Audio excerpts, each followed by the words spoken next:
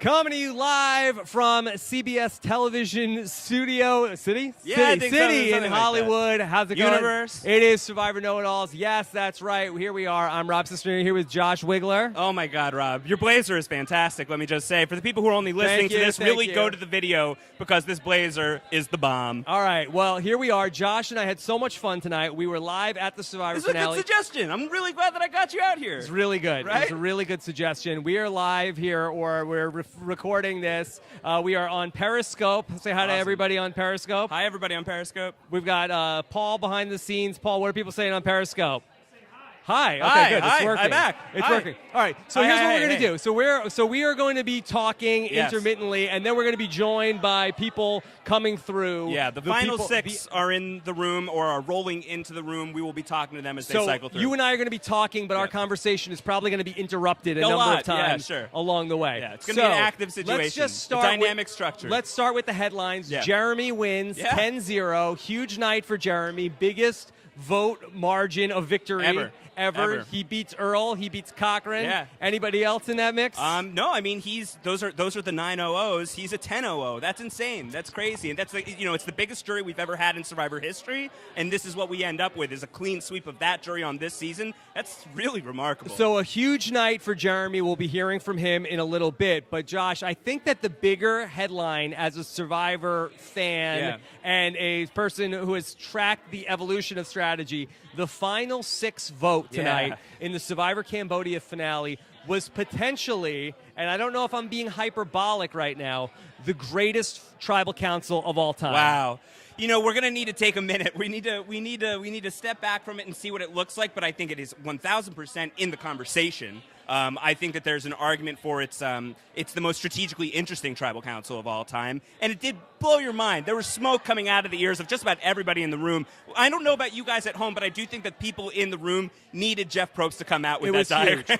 It was amazing. I hope that Jeff comes through here because he was like John Madden. It was amazing. It was awesome. I don't know what that is. It was fantastic. Yeah. And I really feel like why I think that was so amazing and maybe might be the greatest tribal council of all time is because if just the one thing happened, if just 2 people played idols against each other, then it was a 0-0 vote. Yeah. We'd say, wow, that might be the greatest tribal council of all time. But then on top of that, rocks. We went to not even a rock draw, what would have been a rock draw, the threat of a rock draw. But because of the idols, we couldn't have the rock draw, and we had sort of like I don't know what you would call it, where just this compromise which had to be worked out. Yeah, that my man was like a prisoner's dilemma. Almost fell on the sword, which would have been like the classic nail mail move. But the fact that he was willing to do it—that's why Keith Nail has fans. Strategically, not the thing to do, but it was such a good moment, and it was so tense, and it was the first time in a long while, if really the first time this season, we saw Jeremy really turned up. He was worked up. He was pissed. Yeah. And he was angry with Kimmy, and you could see the smoke coming out of his ears. So it was emotional. It was, it was a betrayal in the family, which was, Kimmy's big thing in the early days of Bion. Don't go against the family. And so for her demise to go out in that way was freaking epic. It was epic. Yeah, that moment was just so incredible, and you saw the real emotion coming from Jeremy. I think we might got a guy. Yeah, we would all right, well, here he is. Yes, absolutely. Keith, here's the big part of this. Come on in. How are things going? Here, let's move it. I'm with Parade. I'm Josh Wigler. Moving this way. Come in, Keith. Founding member of the Nail Here we go. We're here with Keith. Keith Nail is here. Keith, here. I'll hold the microphone for you, Keith. Okay. All right, Keith. I noticed your voice tonight. What are you, a little hoarse? I'm a little raspy. I don't know what it is. They got me some water coming. But they need to keep you hydrated. We'll get through this. Yeah, I heard these nail mails are really taking over this week. Hard partiers is what I've been told. That's what I've heard. I've heard the rumor on the street. I got a son running around there somewhere if he ain't in jail. Yeah, ain't in jail yet. He's a good boy, yeah. I hope he's okay. So, Keith, we were just talking about how at that final 6 tribal council that you said to Kimmy, hey, you're a single mom. I'll fall on the sword for you. And you know what? And I think a lot of people might say, well, hey, what is he giving? I commend you for that. I agree. I don't know. I don't know what I was thinking, Rob. At that point in the game, man, I'm not thinking clear, but I still can't figure out how my name was never wrote down, and I'm fixing to go to the house. I thought they were in the back making up rules as we go along. I've never seen. I mean, I'm not the sharpest dude, but something had to give right there. Right. Well, I think that that must have been a stressful situation on production because, like, we've never experienced this before. How the heck are we going to resolve it? Yeah. So as confused as you were, I think take some solace, and I bet Survivor was very confused as well. Yeah, she did. Kimmy's a great gal. She is single mom, 2 little boys. Hell, I ain't been a millionaire in 54 years. 54 more ain't going to hurt me. So Right. that's kind of the way I was thinking then. But on the flip side, I'm glad they didn't. You Yeah. know, you get to move along. So. Yeah. So, Keith, then the other big moment that you were involved in tonight was at the Final Five when Kelly Wentworth makes that idol and gives it to you. Now, I know Jeff was getting on you for, you should have played it, but you really ultimately, once you play it, then Jeff says, well, Keith, this is not an idol. So, what is there anything that you feel like you should have been doing more with that idol, so like just sort of dangling it in everybody's face, like, hey, I got an idol?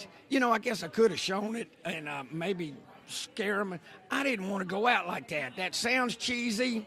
It's a cheap way to. But on the other hand, they say, well, why didn't you fight? Why didn't you do this, that, and the other? But I thought it was a cheesy way. It never works. Heck, Yeah. And I didn't want to look like I was giving up either. Right. Yeah, so it's kind of rocking a hard stone, as they say. So you the San Juan del Sur crew, you guys got deep in the game, Well, I'm proud of that. Everybody said, San Juan del Sur wasn't worth a damn.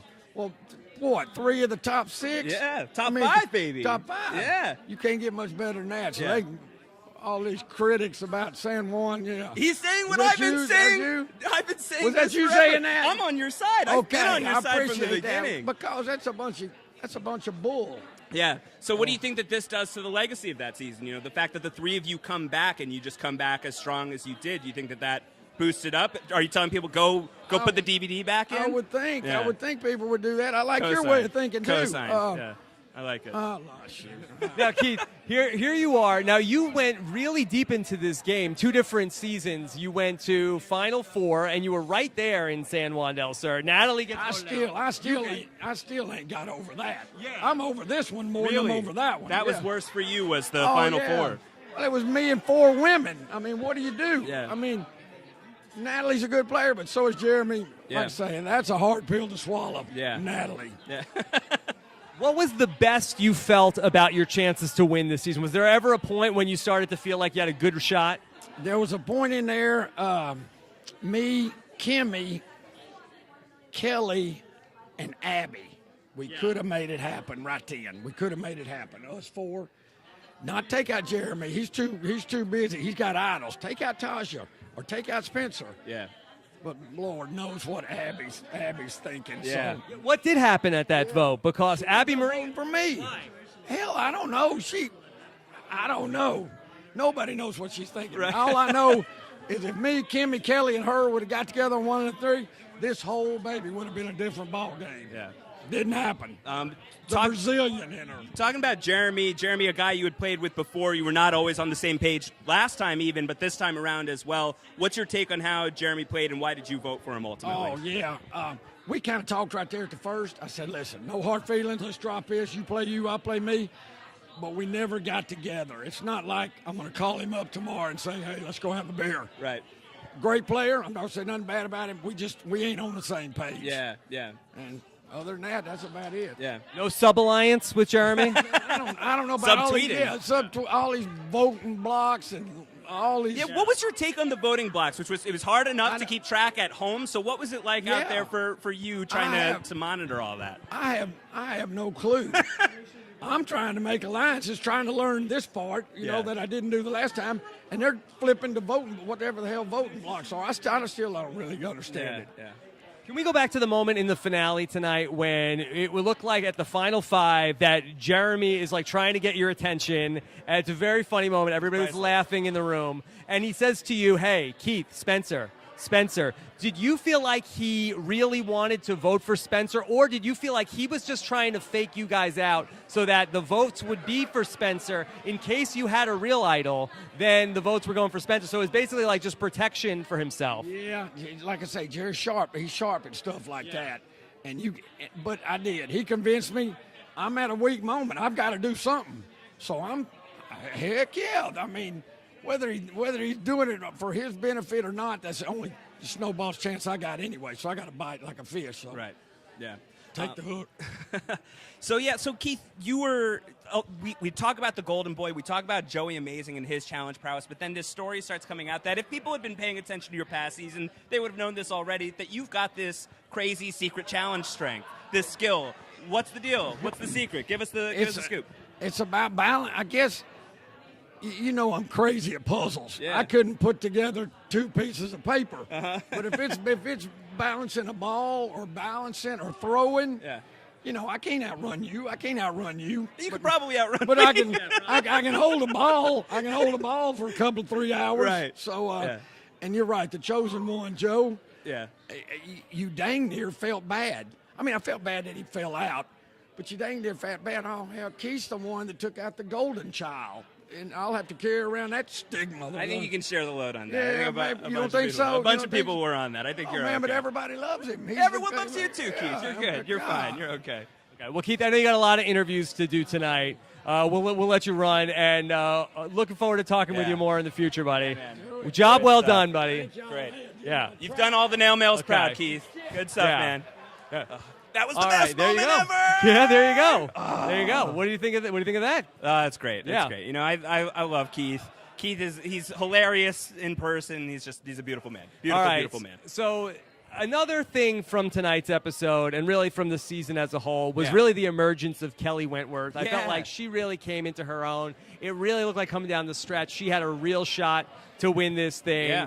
Is Kelly Wentworth the person, besides Jeremy, I guess, whose stock went up the most throughout this Survivor Second Chance? Yeah, I mean, I think the fact that she's one of the first people, I mean, outside of Jeremy, we get the Kelly package on the show in the Yeah. reunion. You know, Jeff throws to her, and I think it would have been disingenuous not to. I think there's say what you want about Wentworth, say she's too loud or whatever, or how did she get on the season? She was invisible. She got on the season, and she freaking brought it. She killed it. She's not basically a badass. She's a badass. And she played this game hardcore, and I believe firmly that the Drew Christie prophecy was realized. And we'll talk to Spencer about like the manner in which he threw her under the bus. Right. But I feel the sentiment. If Kelly Wentworth is in that final tribal council, it's not a 10-0. Well, let's talk about it. Yeah. So let's put Kelly in that final tribal council. Let's take out Spencer, who got no votes ultimately. How many votes do you think that Kelly takes away from Jeremy? Right. So let's talk through some people. I think Cass is up for grabs. Yes. I think Ciara certainly is in there. I could see Abby in there. Okay, Who sure. else do you see is in there? All right, well, that's 3 now. Right. So we need well, to Spencer get... said he would lobby for her, so that's 4. Yeah, I don't know. How much of that was smoke and mirrors? How much of that was really an empty threat? So let's throw that in there just to make it interesting. Does Joe potentially go with? Possible. I mean, he they- seemed to be a little burned by Jeremy from when we did the exit interviews with him. And he voted for him? I think it's possible. It's a great question to ask Kelly when she comes through. Yeah. In terms of Jeremy's game and Jeremy's ultimate final tribal council performance, did you feel like that he was spectacular in the final tribal council, or did you feel like that Tasha and Spencer were underwhelming? I don't know if it was that they were It could underwhelming. be both, too. Yeah, I don't know that I would say it was a spectacular final tribal council. I don't think you're talking about it in league with like the Todd Herzog or Chris D moves. But I think it was good. He did everything he needed to do. He was consistent with himself. I think the way that he talked to Kimmy and about Kimmy was really smartly handled, I thought. Speaking of Kimmy, dishes. I thought that all of that was really great, and I thought that the way that he handled that, which was kind of one of the only bones of contention anybody had with him, was how he had acted that night at the final 6, and I think that he played that really well. And of course, there's the tear-jerking moment when he talks about Val and Val being pregnant.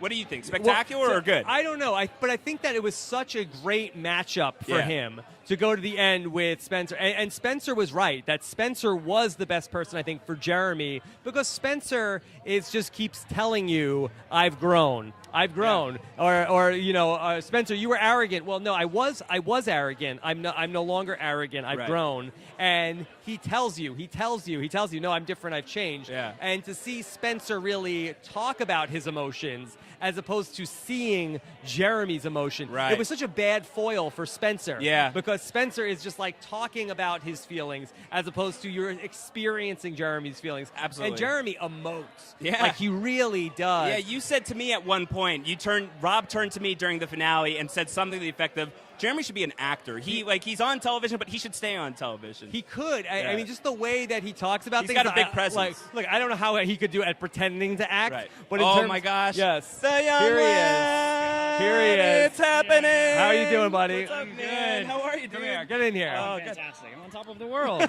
I'm doing so well. I'm worried about you. Are you like a depressed guy now? No. No, he's good. Do I sound depressed? No. You came off a little depressed to Really? me during the show because you're like, I don't watch Survivor anymore. I feel like people are going to ask me questions about stuff, and now I feel like I'm afraid to ask you about things because I don't want to. I had a question for you. Are these interviews mandatory? I've got a flight like tomorrow morning. I might be late. Yeah, So. yeah.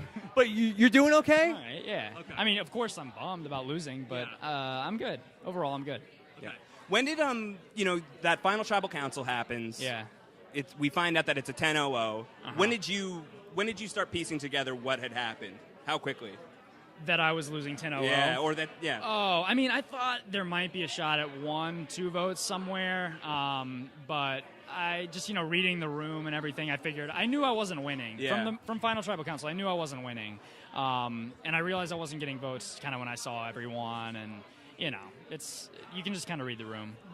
Let's walk it back a little bit to the final 7 and that vote from last week's episode. And we ended up seeing where you were sort of on the fence, and then you decided to go with the Tasha, Jeremy, and Kimmy side of things. I thought you were better off going the other way. Was that your decision, or was that Abby Maria deciding that she was out and then not giving you a play anymore?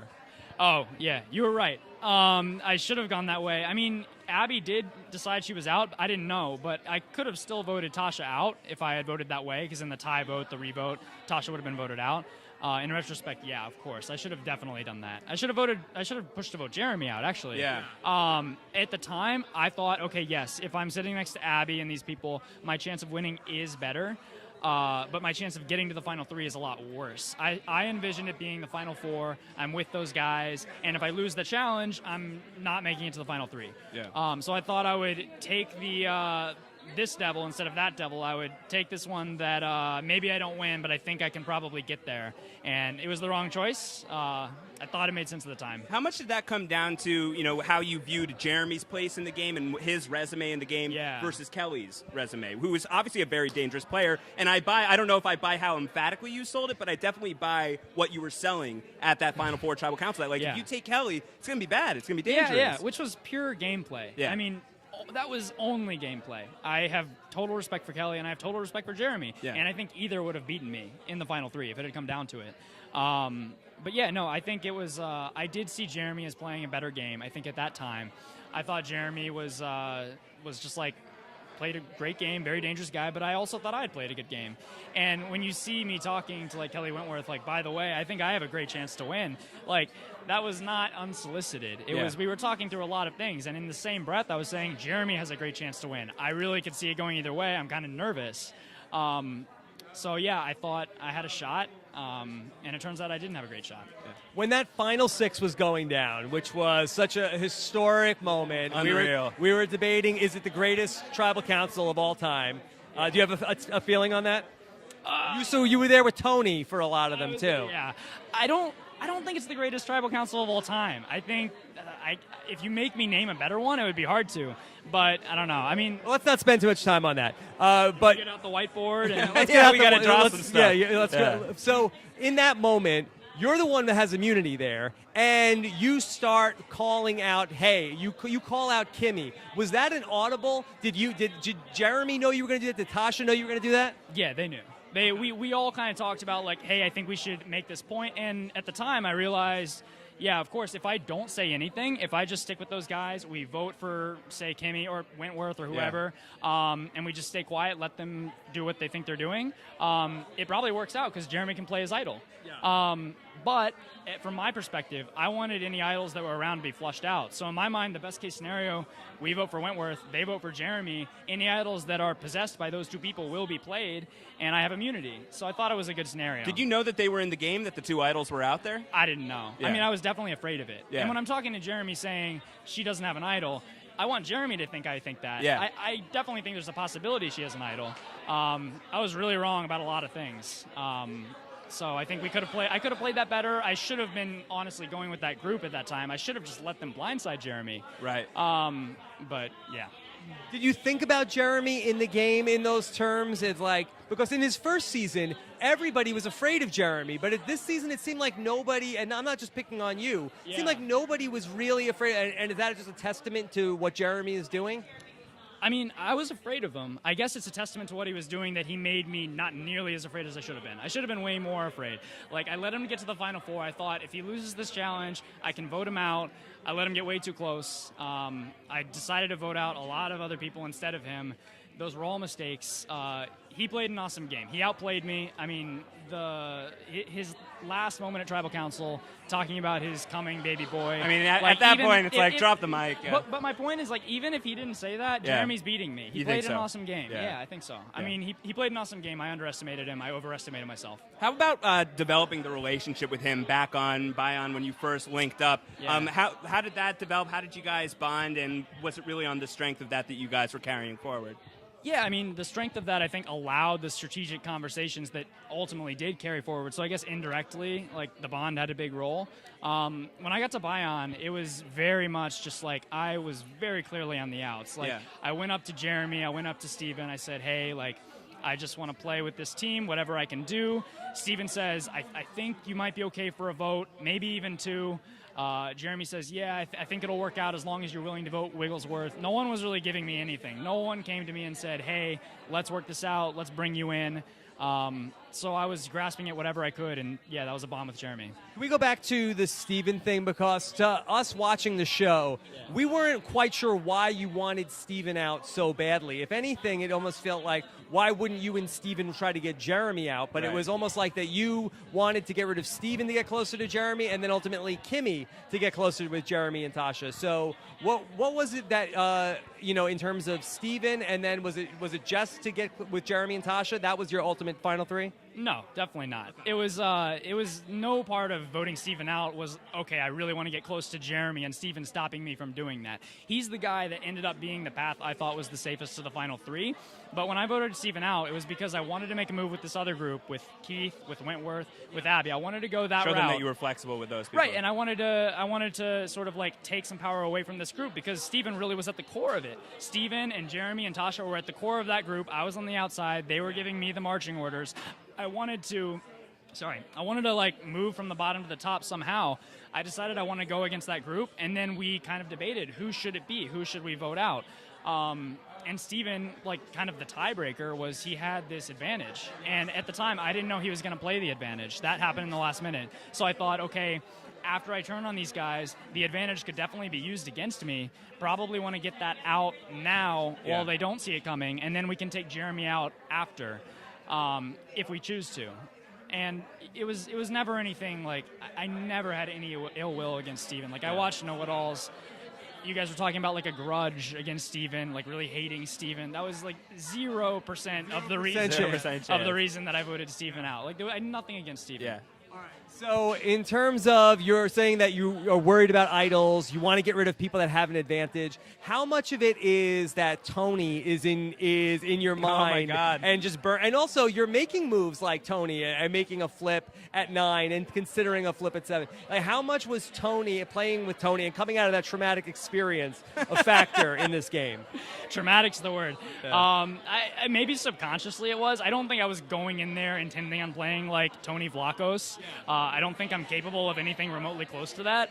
But yeah, like, I guess the major difference I would point to is Tony did all those things from a position of power. He came in, he had good allies, he had Wu who was loyal to him, Trisha was loyal to him, and he was, making these crazy moves. I felt like I almost had to do that in order to stay afloat. I felt like, I saw this core group. There was this core group of Bions. I got to the merge, there were like 4 Takeos left, and I saw Jeremy, Tasha, Kimmy, Savage, Joe. They were all so tight. And in order to infiltrate that, in order to get myself further and not just be picked off, 6, 7, 8, I felt like I really had to play a different game. I had to flip.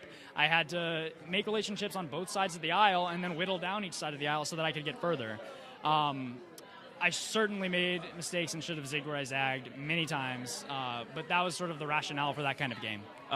You were, a split second away from getting the advantage that Steven ends up getting. How would you have played that, knowing what you know about it? How do you think that thing should be played? I think at the time I probably would have done what he did, which was try to hang on to it, which I think is a little bit of a mistake. Yes. I think knowing Agreed. what I know now, if I go back in time and I get the advantage, I want to play it immediately. You go get it, you play it immediately. Just burn it. Burn it. I mean, there's a debate where people kind of had this perception that, if you go for the advantage, you look sneaky. You look like you're going to get the advantage and like you're out for yourself. I think what people underestimate is that when we were all out there, all these players, everyone was pretty much on the same page of we are all out for ourselves. Like that's what originated the whole voting block discussion is no one trusted any, like people could talk about alliances all they wanted. The alliance that ended up going to the end, even that was not rock solid. Jeremy was telling people to vote for me. Like, there was no one believed that anyone was going to sacrifice themselves or their shot at winning for anyone else. Okay. I know you got to run. It's a long night. All right. Survivor a third time, is that in the cards for you, or are you done now? Done. What? No. I'm done. Yeah. What does that come down to? Is it you feel like you've gone as far as you've gone? Cut and dry, like if I went back, it would be to try and win. It would be like this egoic need to try and win. And I just feel like it's more productive for me to focus on my life. Like you feel this way too, right? Like you like your life, you want to focus on your life, and you feel like Survivor would be fun, but ultimately like that prize of winning, I don't think is worth doing it again. I don't. I think like I'll find more fulfillment from winning in life than winning in Survivor. Hell yeah, man. All right, well, I've wanted to tell you this for a long time. I love you, man. I'm so happy. I'm so happy you're here, Mr. Survivor. I appreciate it. Looking forward to talking to you We more. got a lot of love for you, buddy. Are you looking forward to being done talking about this season, or are you looking? No. I'll talk about the season. I can't wait to just like watch Survivor and be on the sidelines like before, the good old days. I can't wait. The Gilmore Girls podcast is coming. It's happening. Angie Const and I will get into all of Gilmore Girls. All right. Yes. Tune in to postshowrecaps.com. Make it happen. All right. Take care, buddy. We'll see you later. Okay. All right, Spencer. All right, there you have it. The young lad. What are people like that on Periscope? People like that. It was good. Thumbs up. We're doing good. Oh my God, I love that guy. I love everybody. I need some water. I have a lot of love right now. I need some water. We got so much Lots going on. Going on. We're only into 2 right now. So lots going on. Lots going on there. No third time for Spencer. It was a hard done. No more. No mas. How do you feel about that? He'll be back. He'll be back. He'll be back. They'll come after him at the very least, obviously. Survivor is like a crazy night out bender, and then you wake up the next morning. This is like the finale, right? And you're like, I'm never doing that again. Yeah. And then time goes by, and it's like, hey, want to go out? Yeah. Like we're hitting blah blah blah. Like why not? Right. And then you wake up. It's like the end of The Hangover.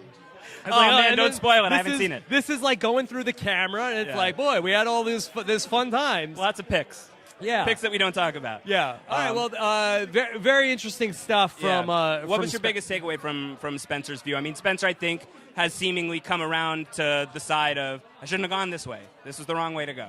I think that to me, Spencer was the person that probably could have changed the game the most because that you had people from Bion and they were sort of like in lockstep moving forward in Bion, but he was really the one guy probably with Kelly who was sort of in the opposition who could have he was the one person that sort of had his leg in both ponds of I'm with the Bion crew but I'm also flirting with the insurgents and so he could have gone a different direction, changed the game a number of different times, and ultimately he ended up sticking with the status quo, probably to his detriment. Certainly to his detriment. But to give him credit, he comes into the game as the youngest guy out there. Yeah. He's by also a lot, by years. And he's by kind a of 4-year spread. He's kind of like the guy that ends up sleeping on the couch, that ends up sort of moving in and taking over different roommates' place. Interesting metaphor. Because they sort of invite him in as sort of the low man on the totem pole at New Bion after the swap, and he sort of weasels his way more and more part of that, and then he goes to the KO and he sort of gains more power there, and even after the merge sort of forces Steven out, and then potentially could have maybe gone in that direction and taken out Jeremy or Tasha had he stayed with the Kelly Keith thing, but he decides to sort of stay the course. But Yeah. I think that ultimately, like, it's hard. I think when you're out there, but for whatever reason, he just did not see that Jeremy was the immovable object that he couldn't get around. And I mean, there was even a moment during the finale, when Kelly wins the immunity challenge and Keith comes back and he's unprotected. I turned to you during the commercial break. I was like, okay, so they got to come try and get Spencer back and go after Jeremy or Tasha, and that's in Spencer's best interest to make that move. That didn't even come up on the show. Yeah. But to me, that Good was question for exit interviews. I know that was the move to me that just came to mind of why isn't now the time to go with Keith and Kelly? But I think that there was a lot of fear of Wentworth too, rightfully so. There's that moment earlier in the season where Jeremy says about Steven, like, I could be your JT. Yeah. I could be your JT. And it's almost that It happened. He was Yeah. Spencer's JT. Yeah. I mean, it really was. I mean, like that relationship between the two of them, Yeah. where Steven walks away from Tocantins kicking himself. I should have gotten rid of the Golden Boy. I needed to get rid of JT. Yeah. It's like Spencer walks away from this season saying, I Sort should of. have got rid of Jeremy. Yeah, Steven-esque. Yeah. No, and I think, I mean, you could play that through in a lot of ways. The fact that the final immunity challenge was a Tocantins challenge. Right, and also then Spencer inherited the curse of Fishback of no votes in the final shutout. Tribal Yeah, Council. so that's eerie. It's definitely eerie. Yeah. Yeah, so I mean, there was a lot of talk about JT throughout the season, and tonight at the finale, which I thought was really funny. Well, Steven, How do you think Steven did in the reunion? I thought he was very good. Yeah. I thought he was very strong in the reunion. I was Good shouting job. in support of Steven. If you heard a woo, that was me. You did a very good job. I'm supporting the man. Yeah. But no, I thought that was fun. What about overall as a finale? It was a bit of a different format tonight. We ended up with 4 tribal councils. We did very little sort of like reflecting on that. We did no opening statements, no Right. closing statements. Well, those seem to be out. Yeah. Those seem to be gone. I thought that the finale was action-packed. I have no great. complaints about the finale. Like we have watched 31 Survivor finales. Yeah. There have been some boring ass Yeah. Survivor finales. This was not one of them. This was not one of them. Even the 2 votes that were anticlimactic. No, I thought that or could have been anticlimactic at 5 and 4. They were there after, was a lot of drama there. Yeah, they were after that final 6 tribal, which is a tough act to follow. But I mean, with Worlds Apart, with other seasons we've seen recently, these finales have a lot of action-packed. There's lots of challenge things going on. There's like the challenge for the advantage that's happening. Right. And this, for me, Forget that. Yeah, this was cool. You don't need that. I would have also liked to have had like the isolated week to unpack what happened at Final 6. I know. I know. Because that was so big. But for that to be kind of the big action set piece that kicked things off was awesome. Well, it was really fascinating. I had said to you, and we were sitting together during the show, of like, I wish we could just pause it right here, Yeah. and do a know-it-alls, Yeah. because that was Yeah. really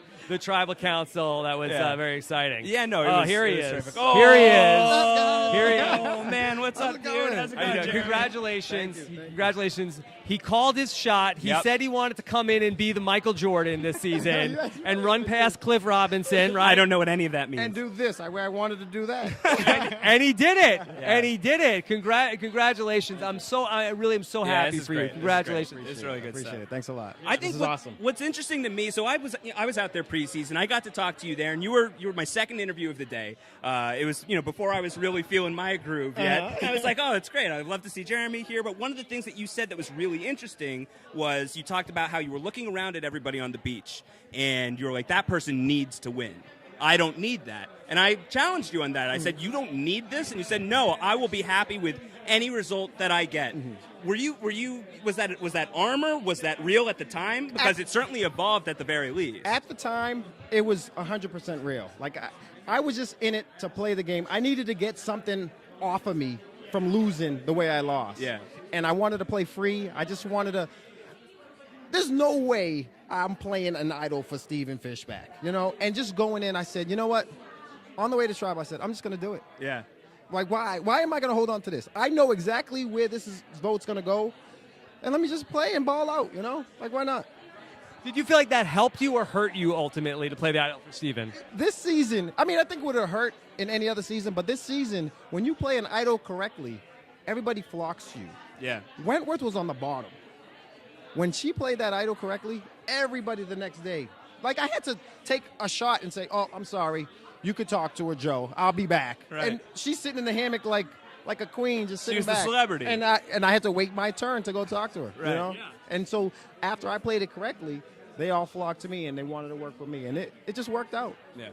the story of you in San Juan del Sur was that everybody said, and you mentioned it tonight, he's a firefighter. Reed and Josh said, we're successful Broadway actors. Right. Go Who to the wants to end vote with for us, us? John Yeah. Nish. Now you get that, and they say, I can't let Jeremy, but I got to vote him out at Final 10. He'll win. Nobody seemed to worry about that this season. Why didn't? Can you give us these guys are so dumb? These guys are so dumb. Why? But why? What, did you do something different, or it was just them? I think, first of all, everybody is a threat this season. And everybody, we're not just going and saying, he's a firefighter with 2 kids, he can win it. That was fundamental, and that was just, it wasn't good gameplay. We're all game players here, and we kind of know you got to win this game. No one's going to just give it to you. Yeah. You have to go in there and play to win it. Yeah. So and then the other thing I did was I went to each and every person and I said, I have your back. If I hear your name, I'm going to tell you. You do the same for me. So everybody had my back, basically. Yeah. At some point in time, I was aligned with everybody. You said it to everybody. Everybody. How come you have no blood on your hands for that, though? Because then I would go and say, Steven, Spencer wants you out. Right. But I'm not going to let that happen. You're with me. We're good. Yeah. Spencer, Steven wants you out. It's not going to happen. I'm with you. So they don't want to talk to each other, but they'll talk to me. And it was crazy. At one point, I think it was Cass said, everybody's with Jeremy, and no one's talking with each other. Yeah. All they needed to do was talk with each other, and it would have ruined my game. Yeah. Yeah. Now, the social game that you had in this season was, I'm going to say, Spradlin-esque. Yeah, it was really good. I really felt like that. It was really Everybody good. came away feeling like they were your friend, and nobody was really calling you out as being the person, because everybody felt that you were the person that was with them. Yeah. And even at the times when people were standing up and saying this person's calling the shots, this person's the boss, nobody really seemed to put that blood on you. Yeah, I went in thinking, I want, say Keith. Keith is after me. I want Keith out. But who do you want out? Who do you want out? Yeah. And I'm with you guys first. So if we can get a decision, I'm going with it. And I would just make it step by step every time. Yeah. You were at this insane Final 6 Tribal Council. You play your idol again there. Can you just talk us through what you were going through in that moment? Did you know that you were playing that idol for yourself? I said, if Kelly plays her idol, because I know Kelly's getting 3 votes. Yeah. If Kelly plays her idol, I'm playing mine. And at one point I said, are they going for me or are they going for Tasha? I wasn't even sure. Right. I wasn't going to play it for anybody else but me that night. You'd much rather misplay it than go home. So I said, I'm going to play this. Worst comes to worst, if I'm wrong, I'm wrong, but I'm playing this because if she pulls it out, I'm playing mine. Yeah. I didn't think that Kimmy was going to do it. I mean, Right. if Kimmy does it at 7, that's what she should have done. But at 6, don't do it at 6. Kid, Yeah. you Yeah. know? So how big of a blindside was that on you that Kimmy flipped? Was it really? And how did that intelligence come together? How did people figure out that Kimmy was making that move then? I got to tell you, I had no idea. Kimmy, when I say Kimmy Kappenberg, You got Kappenberg. duped me, yes, she duped me. Yeah. Because Spencer and Tasha are telling me she's not with us. She's not with us. And I said, I've been with her since day 1. We've been on the same beach since day 1. With all the swaps and everything, we never left. And I said, she's not going anywhere. We got her. We got her, Now, to us at home, it looks like it's the final 3 of Jeremy, Tasha, and Spencer. But in your mind, is it Jeremy, Tasha, and Kimmy? I wasn't planning on taking Kimmy to the end, but I wanted her in the top 4. Yeah. So she did make the right move. She did well, not really, because she Well, it would didn't work. But She would have got to 4. Right. But if we applaud Sierra back in Survivor Blood versus Water at 6 for, willing to go to rocks. True. I mean, yeah, I guess if you want to say it like that. I mean, anything could have happened after that, but I told her she was all set for that vote. Right. And she would have made it at least one, and maybe she would have.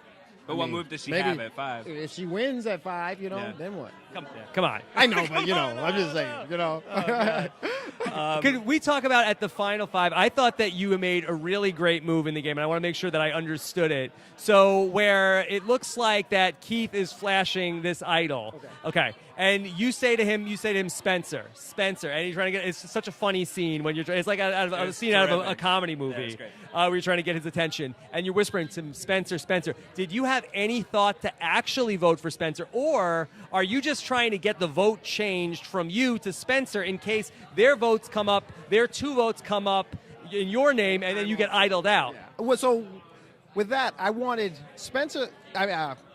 Keith is walking around looking for an idol, and then he comes back blatantly doing this and this, and I'm like, that's too blatant that he has an idol. Yeah. But Tasha is calm over there, and he sat down, and I said, let me just throw this out there. And I put that out there. And actually, I told him he messed up because I said, I wrote in the sand, Tasha sleeping over there. I said, Tasha. I said, me, you, Spencer, vote for Tasha. And he got up, and he was happy. He was like, hey, Tasha, you want some water? And I said, he doesn't have it. Yeah. He does not have an idol. Got it. I feel good about it. So he we're revealed good. it to you. Yeah. What was your take on Spencer's game? So Spencer, in your mind, was in your final 3. You had to know then that you felt good about being able to beat him there. What did that come down to? What was your take on his game? I figure if I'm going to the end, I have to go to the end with people like Spencer, strong competitors. I'm not a strong challenge competitor. If I go with, Keith, Kelly, they knock me out. They beat me, and I go home. So I have to go with people that I trust, that are willing to take me to the end, and that are strong competitors. Yeah. And so I knew once he said, hey, this is our final 3, let's do it, I was in. Let's go. And you felt like you could trust that. I felt I could trust it because if he jumped ship, if Spencer jumped ship and went with the other group, he would be the next one to go. Yeah. And we didn't want one of them to win. We can go to the final 3 and we'd be all set. So if he jumps ship, he has to win out or he loses the game. He's the next one voted out. Yeah. Can you give us the update on Val? How's she doing? Val's doing great. She was in the audience. She's 2 weeks away. 2 Oh my weeks God. away. Hey, congratulations to you, man. That's awesome. Babies everywhere. Oh boy. Yeah. No, it's Yeah, 2 weeks away. We're ready. Trying to get the house ready and trying to get some sleep now. You know? that was one of the greatest moments of the season. Obviously, is the "it's a boy" moment and finding out that you were going to have a son. How tough was it to keep that on lockdown? Was there anyone that you told, or did you really keep that to yourself completely the whole game? I wasn't telling anybody that. Yeah. I mean, I would talk to Kimmy all the time about family, and I knew I was holding that right in the back pocket. I'm not doing it. When I get to the end, You'll let reveal me it. throw it on everybody, and then vote for. Let me see you vote for somebody Slam else. dunk, slam dunk. You know? Yeah, that's amazing. I was saying that I thought it was such a good foil for you in that final 3 to be up against Spencer, who, to some degree, was talking about his emotions. But then when you actually are being emotional, I think it really undercuts what he's saying about his growth and his emotions in the game. And I just felt like it was a really good final 3 for you. And you didn't have to bring goats, quote unquote, to the end. Yeah, and the other thing is nobody sees me crying. Nobody sees me emotional around camp. I go do my interviews and I'm crying and being emotional then. So when I come back, I'm stone cold face. So when they see me come out and say like, I'm having a son and I'm truly emotional about it. Of course. I think that touches everybody. Spencer has this big emphatic speech about why you would be a fool to bring Kelly with you. What was your take on Kelly in terms of if she had gone to the end? You're bringing Spencer with you, but in that hypothetical scenario where she's sitting there instead of Spencer, how is that going? Drew Christie warned you He all did, that he time did, ago. he did. Drew's a genius. Yeah, you he didn't is know. super genius. Yeah. I don't know. Kelly, I think Kelly played a great game. I think the people on the jury, they could have voted for Kelly. There's a lot of her friends. She's an underdog. The good thing about Kelly is we didn't see this game out there.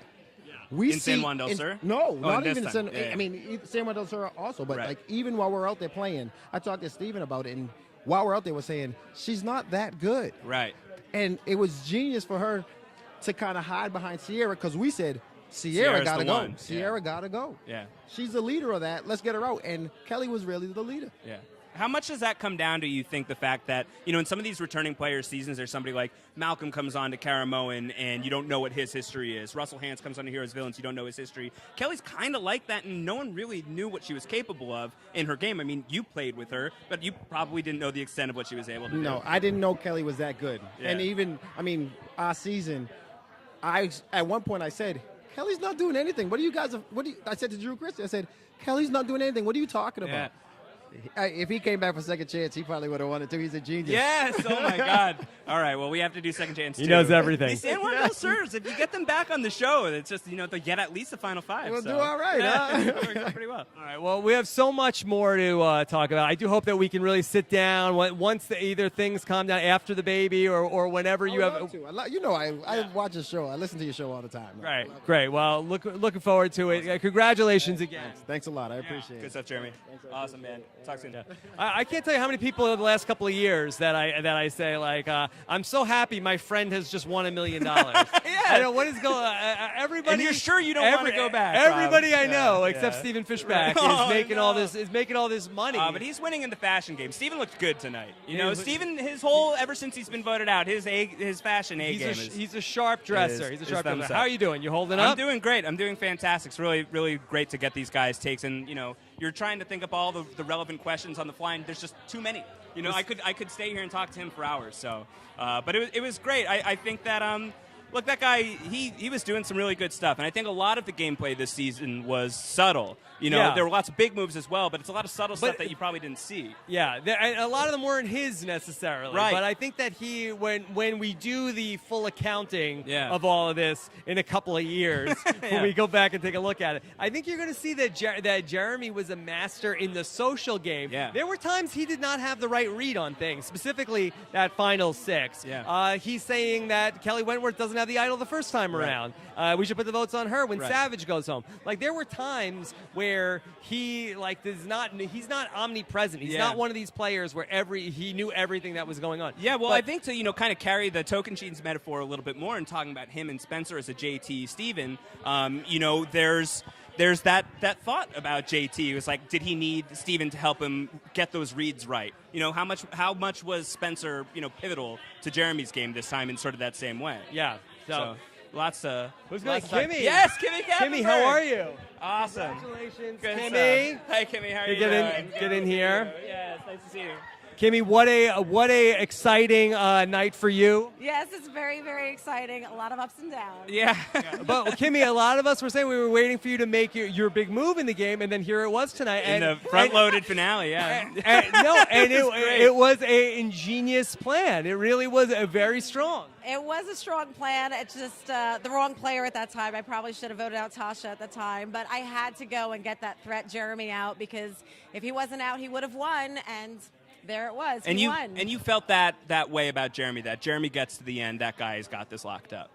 I definitely knew that if Jeremy went to the end, he was going to get a lot of votes, depending on who he went against. Yeah. And I had some friends on the jury, and I know I would have gotten some votes, but with him there, he would have gotten a heck of a lot. Yeah. So how did, you were always about, in the early days of Bion, like Bion strong. Yes. It's all about the family. You did Yes. the Gemma Morrow game, as course we've I commented did. a lot. Of course I You were did. doing the Sons of Anarchy thing. When did you decide, now I have to turn on the family, or did you feel like the family had turned on you? Oh, no, the family didn't turn on me. Now it was time for me to take care of my family, Right. my blood. Yeah. And blood always wins, no matter what the brotherhood bond is. Yeah. And I'm a firm believer in the brotherhood bonds. Yeah. But at some point, my blood has to come first. And I wasn't going to make a mistake like Colby Donaldson did and give away $1 million. Yeah. And I really needed to, and I love and adore Jeremy. I really did. It was so hard for me. I was so conflicted. Like, when I was writing his name down, I mean, like, I was just sick to my stomach because I was so close to him. But him going to the end wasn't going to get me close to the $1 million. Right.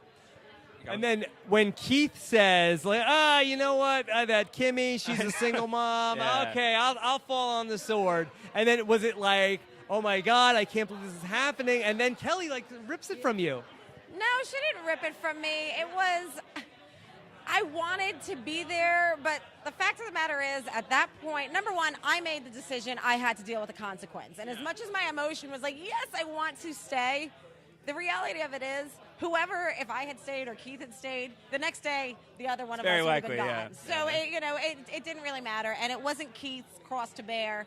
And the hardest thing was that I went there and had no votes. That night I was voted out by default, the same way Keith would have been. Right. But I really do want to commend you to go into that final 6, because we always talk about it, what happened with Sierra at the final 6 in Blood versus Water, where you realize that you are not in that top 3. You realize it's your last chance to make a move, and you say, okay, I'm number 4 over here. If this works, I'll be number 3 over here, and I have a shot at the money. So even though it didn't work out, I still think that it was the right move for you to make. I agree completely. I totally think so. I mean, and I was playing out all these different scenes and everything in my head, and we honestly thought when we talked about it, if there was some kind of a tie or anything, you know what?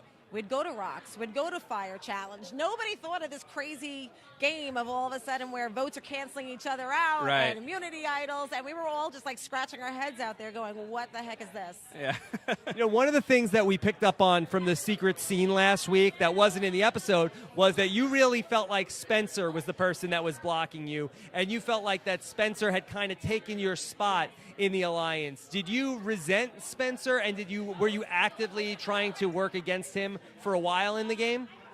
Yeah, I mean, Spencer, when we did that first tribe swap and he was over in our new Bion with him and Wiggles, we talked about getting rid of Spencer, but the boys were liking him so much, and as Jeremy has clearly pointed out, he wanted the other big male threats around to be a shield for him. Yeah.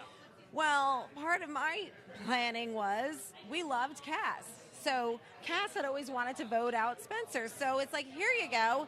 We Serve give you him this up. Yeah, gift right. of Spencer. This is what I do. I'm offering you this. Yeah. You get that satisfaction. And then when she had the chance, she blew it. So it was like, it was your vote that kept this guy in the game. What the heck is that about? Right. You have any thoughts on Clamgate? On Clamgate, yes. People want to know about Clamgate. I think people really What want to was know about Monica Clamgate. doing? Yeah. Oh my God, if I had to hear her one more time over like a 6-hour course of the day say, Kimmy, we're taking all the clams out of the ocean. There's going to be none left. I'm like, yes, I am single-handedly overfishing this population. I was just like, oh my gosh. The problem is, when you first go out there, you walk around and you walk out into the water 20 feet. Well, guess what? There's this beautiful array of snails and clams. Well, you take them. The next day, harvesting, you have to go out another 20 feet. Well, some of my little friends didn't want to go that extra 20 feet, or God forbid, turn over a rock. And it was just like, they're all gone. Kimmy, you have overtaken the ocean. And it was just like, you need to know, this is Survivor. If you don't eat when you have the resources, there's no guarantee you eat tomorrow. There could be a tribe swap. Yeah. There could be monsoons, like you saw. Eat while you can. Eat while you can. Eat what you can while you can. That makes a lot of sense. Yes. We didn't get to see you play with Varner, which was, I know for like the old school fans, really disappointed about that. What was your reaction when he was gone? And can you also talk us through, there was this moment where you apparently dropped a box on the ground so you could communicate with him. Can you tell that story? Yeah. Okay, so, and this is funny because there was some miscommunication about the whole drop box with Varner. First of all, I would have loved to have played with Varner because, well, you know what? I didn't even play with him, and I still beat him this season. Yay, me! you And did that it. was, that was one of my milestones I Right. wanted to accomplish. Yep. But when we were going and we separated our tribes, I went and I dropped, and I was like, okay, now Tasha and Savage were on his team, on his tribe. And I was like, Bion strong, just like Savage. We were all like, it's all about the family. So I dropped it down the box, and I'm like, go with Savage. Go with Tasha. Because I had already told Savage. I'm like, I think we can get Varner. This will be good. Well, Varner thought I said, watch out for Savage. So it was a whole miscommunication where now Savage and Varner still don't really even talk. But I was like, I'm sitting there and I was like, go with. And he got, watch out. You got the wrong word. Yeah, I guess neither one of us are good at reading lips. What are you going to do? If you got them. Yeah. When Spencer turned against Steven and Steven got voted out, who was like You were very close with yes, him. Yeah. like your island husband out there, right? And then everybody's going back to trusting Spencer. Were you? I didn't trust Spencer. I didn't, but the problem was I still couldn't make a move because there weren't enough people to make a move with. And although I could have used Abby, but then Jeremy, he had this way of telling everybody they're in this alliance. So now at some point there was like, I don't know, I think 8 of us, 7 or 8 of us. And he's like, you're in the alliance? And I'm sitting there, I'm going, there's 8 of us here. 7 of us are in the alliance? At what point is there a pecking order? And he's Right. like, no, we're good. But I didn't think that I could trust Abby at that point with a lot of things because I figured she would run and tell Jeremy. So when Spencer was flipping, I was just like, well, I'll just keep going with them. But I was devastated when they voted out Wiggles, and I was devastated when they voted out Fish. But they didn't tell me for a reason because I had very good relationships with both of them. Right. If people who follow you on social media know that you've been very celebratory this season. It's been really festive in the Kappenberg household. What's the reaction at home been to how the show has unfolded and everything? I mean, everybody, my friends have been amazing. I really can't thank them enough. You know, it's a very big emotional roller coaster going through this, especially because when I got back, I felt like I disappointed my family and my friends because they believed in me. And when I came back, they're like, girl, we know you got this. You're going to get the $1 million. And they were like so proud. And I was just like, to keep these things bottled up. I didn't say anything to anybody. About how you did? About how I did. Oh, really? I didn't tell anybody anything. So, knowing that my kids and my parents were in the audience today and they were going to be blindsided by it, but at least it was an epic and unique way of going out. Blaze of glory. If you're going to go out big like that. Well, That was exactly. It was such a big moment, and we're going to be talking about that for at least hours, if not forever.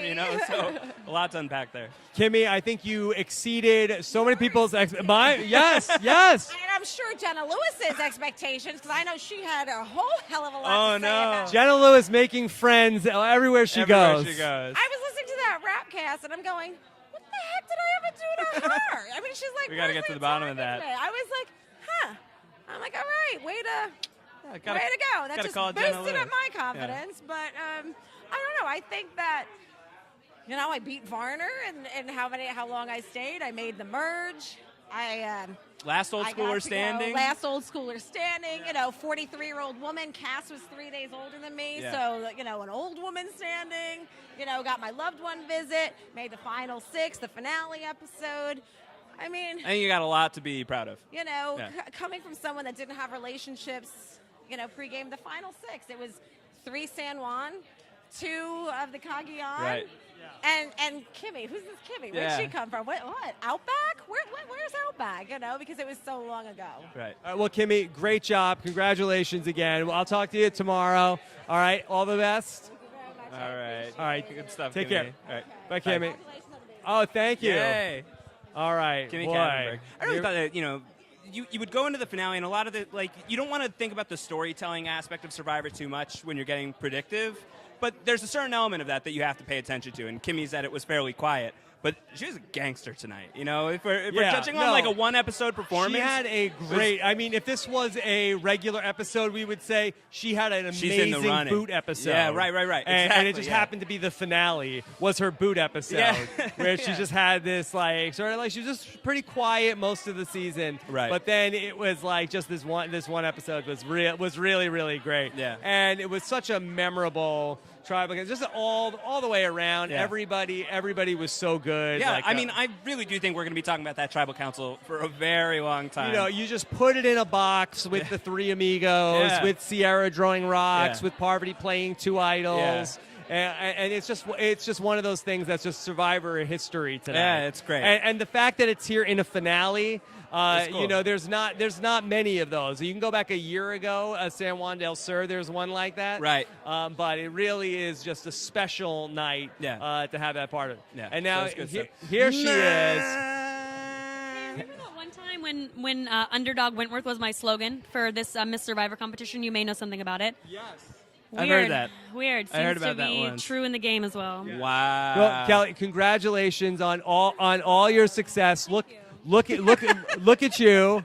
You are all the way here. You were this close Don't to remind me, Rob. Don't remind No. me. Is it a sore memory? I mean, you're in good spirits right now. Okay, Josh. I was crying in the green room, and Kelly Wentworth doesn't cry. Oh no. Okay. Okay, so dry eyes now. I'm good. you should have won person. Isn't that fun? He knows what that's like. Yeah. Yeah, I guess so. So coming down the stretch, there was a bunch of different scenarios which could have played out. We talked about with Spencer about that final 7, where it looked like you guys could have potentially taken control of the game. Ultimately, Abby Maria is going off in her own direction. Yeah. Going rogue. What happened? Yeah. What happened there? With Abby Maria?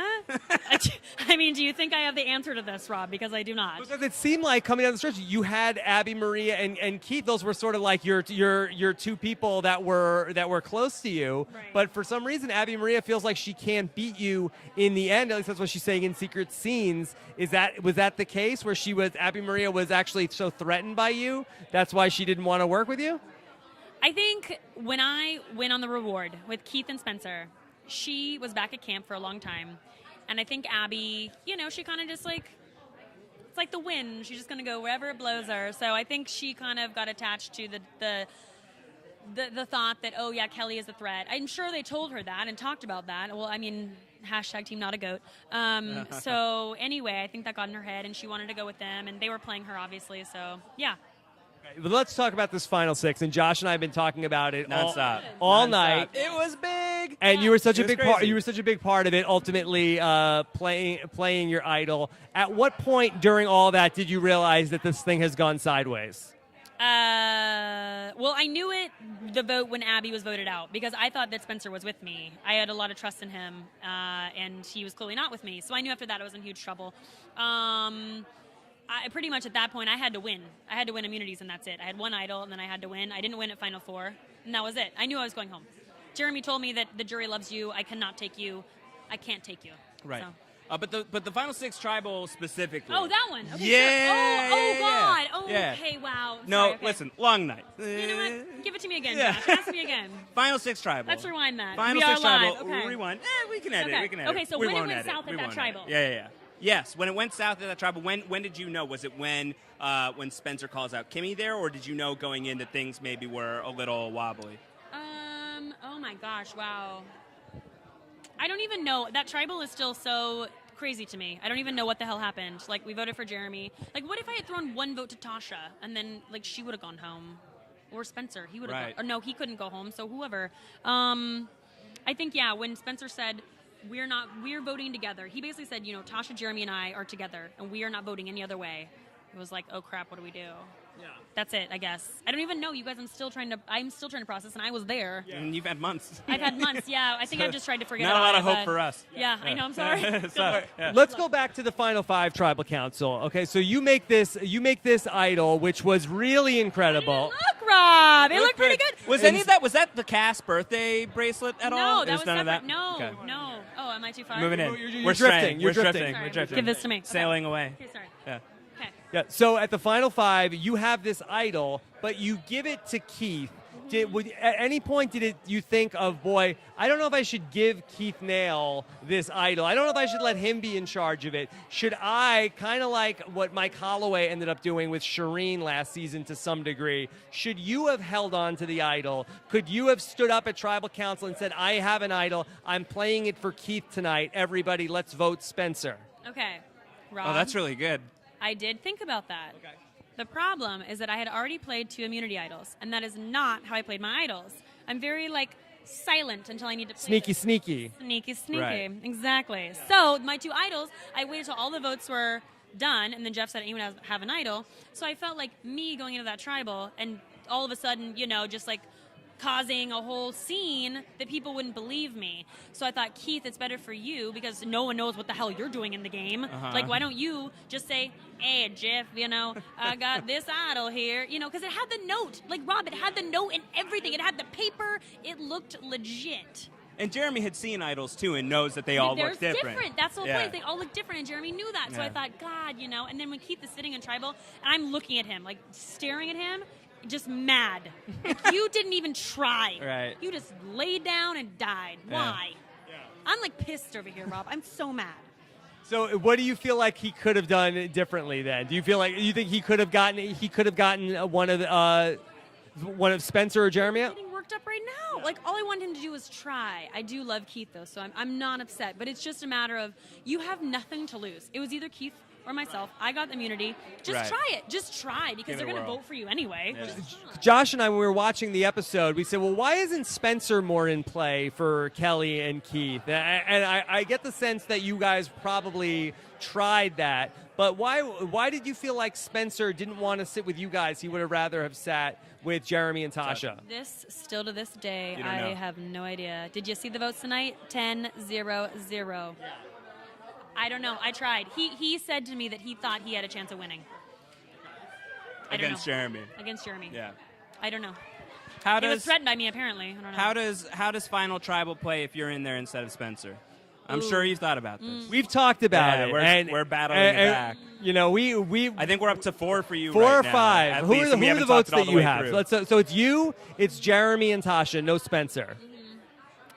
I definitely think I would have had the ladies I was working with. So Cass, well, Cass, you never know, because she was a fan of Jeremy, but I guess Cass, Sierra, Abby for sure. I feel like Jeremy would have had Savage, Wiggles, Joe.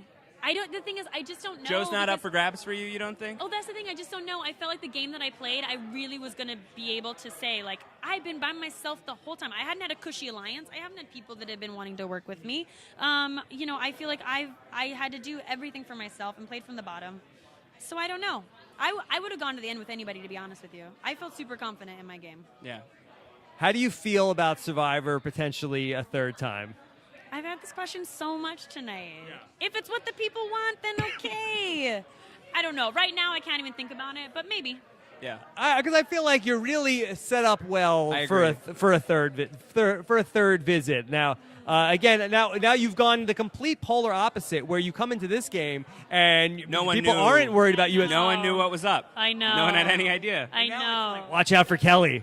I know. I would just have to go just full steam ahead, people knowing, you know, I would just have to be like all out. I couldn't hide. I couldn't pretend to be playing a low-key, under-the-radar game. You're like a Russell Hantz. Oh, Kelly might have an idol tonight. God. Um, Oh, man. Can we Why talk? are we doing that comparison? Can we Okay, talk? goodbye. Can we talk about the time that I saw you find a hidden immunity idol in the middle of a challenge? Yes, you were there for that. It was the coolest. Yes, it was let's the talk about coolest thing I'd ever experienced. Okay. I just want to get your take on Okay. what was happening. What was it like when having Josh Yeah, be there? what was it No, like Josh, I wanna hear from watching you. me watch you get an immunity idol? No, I want to know what was going through your head and what was just blaring through your head as that whole thing was Well, you unplugged. saw it. Yeah. I mean, can you tell the people? Like, I literally looked back and forth. It took a 20 while. Times. Yeah, no, it was long. To the point that we were looking on the sidelines, and I was with And Parvati, everyone was mad, and we were thinking, all "Oh, kind she of didn't annoyed. do we were like, it." "Oh, she's not going to do it. She's not going to do it." We knew to look, Yeah. and it took Yeah. like honestly like 3 minutes for it to happen. But Right. you were agonizing over it. I was. You saw it. That Yeah. was real.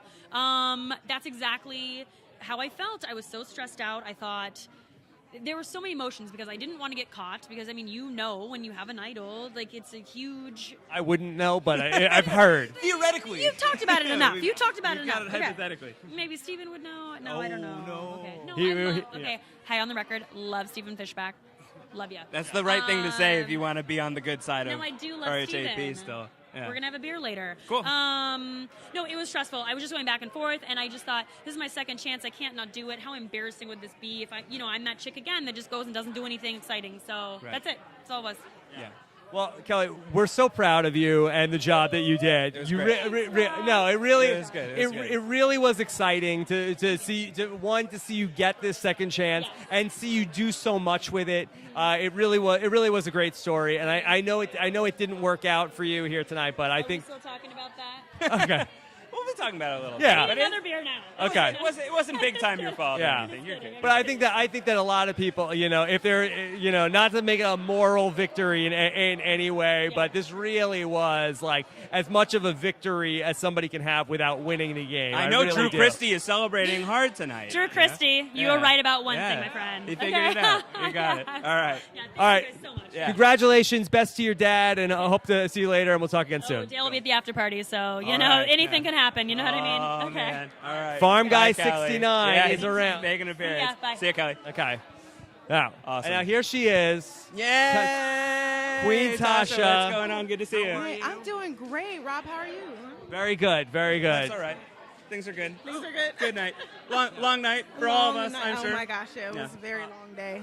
What an exciting Survivor finale.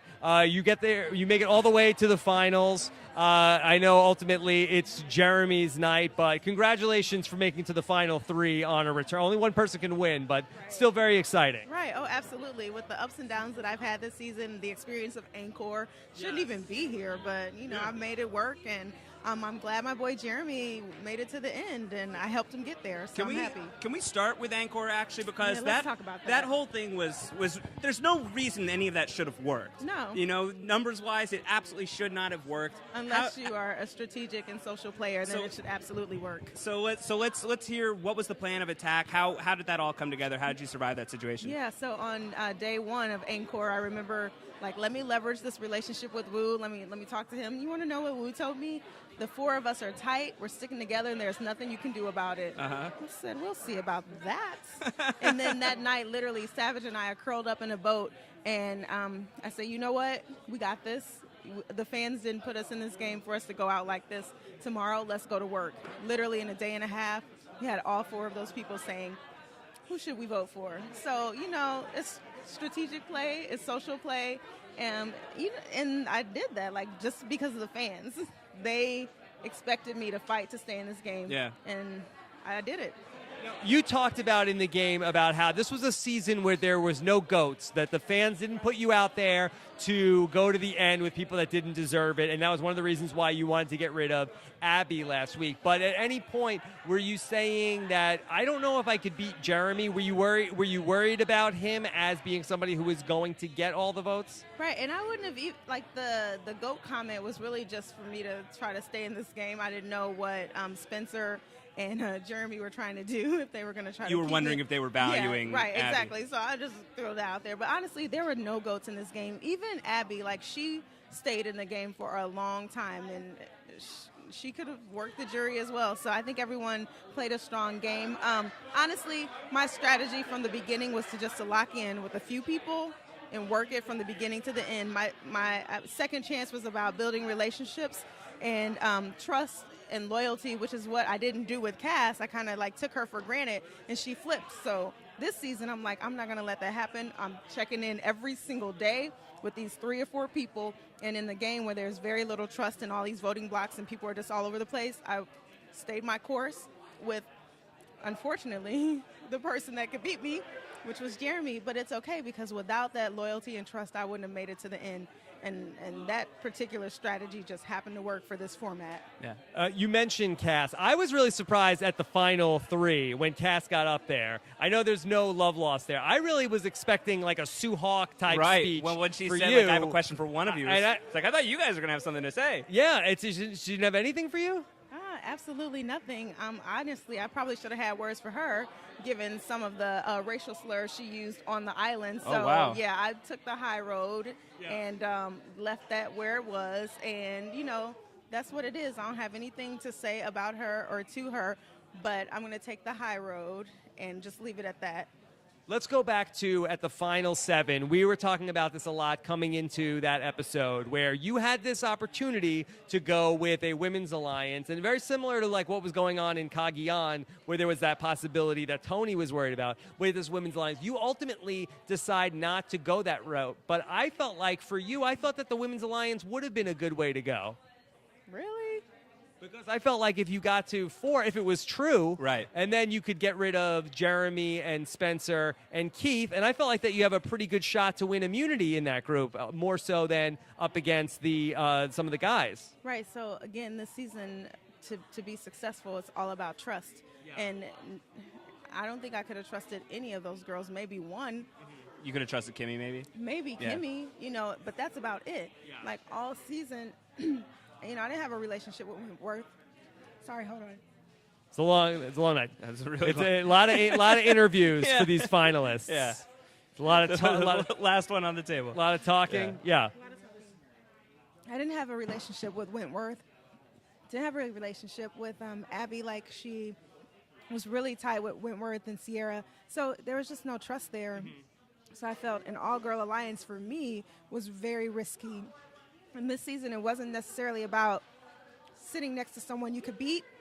because there weren't really any goats that you could just drag to the end. If you were playing that goat game, you'd already lost. For me, it was about who can I trust. Even if you could beat me, Jeremy, or Spencer, I trust you to get me to the end, and that's what it was about. The Spencer thing, you talk in the final tribal council about what's your subtle moves. What are subtle moves? Spencer being someone who you were really tight with was your subtle move. And in the pregame, and a lot of it was like, oh, well, Spencer and I aren't as close as you all think we are. You were playing Wiggler? Oh, yeah. I think everyone was playing this guy over Yeah, but here. they had to play me. Yeah. They could have told you the truth. Oh, no, well, for me, I mean, I did get the sense that you would have worked with Spencer and that a lot of people were very worried about the Cagayan 4. Agreed. And yet that never really converged. Right. At the merge, I purposely didn't talk to Spencer, and actually the entire game, like, I talked stuff on Spencer. I'm like, man, I don't want to work with Spencer. You know, he's going to try to steal my thunder, and you know, I want to be separate from him. I want to make my own name. Like, the entire time, like, everyone's like, what's up with you and Spence? Nothing's up with me and Spence. Like, I'm playing my own game, knowing that there was a possibility, like, we might get a chance to come back together. Right. And so the first day of the merge, I, like, totally didn't talk to him. But the next day, got a chance to pull him aside, and we just basically said, hey, can I trust you? Yep. Can you trust me? Yep. That's all we needed to say. Brains reunion. And the only person that asked me about that conversation was Cass. And I'm like, oh, yeah, Spence just filled me in on what was going on to KO. That was it. No one else said anything about that conversation. And I think we were good from that point on. Yeah. Crazy. Yeah. And I think, you know, I think both Spencer and I felt like if we could leverage our relationship, good. If not, that's cool too. It just happened to work out that you could. That we were both on the same page and both thinking the same thing, like, let's get to the end with people that we can trust, because this voting block situation, people are still holding on to that. Let's go ahead and align. Let them continue to do the fake voting block stuff, and we'll stay aligned. And it worked. Yeah. Well, you were one of the people that was, you know, when everyone's talking voting block, voting block, you're one of the people that was speaking up. One of the few that was saying alliance. Aligned, yes, exactly. And so that's your preferred style of play?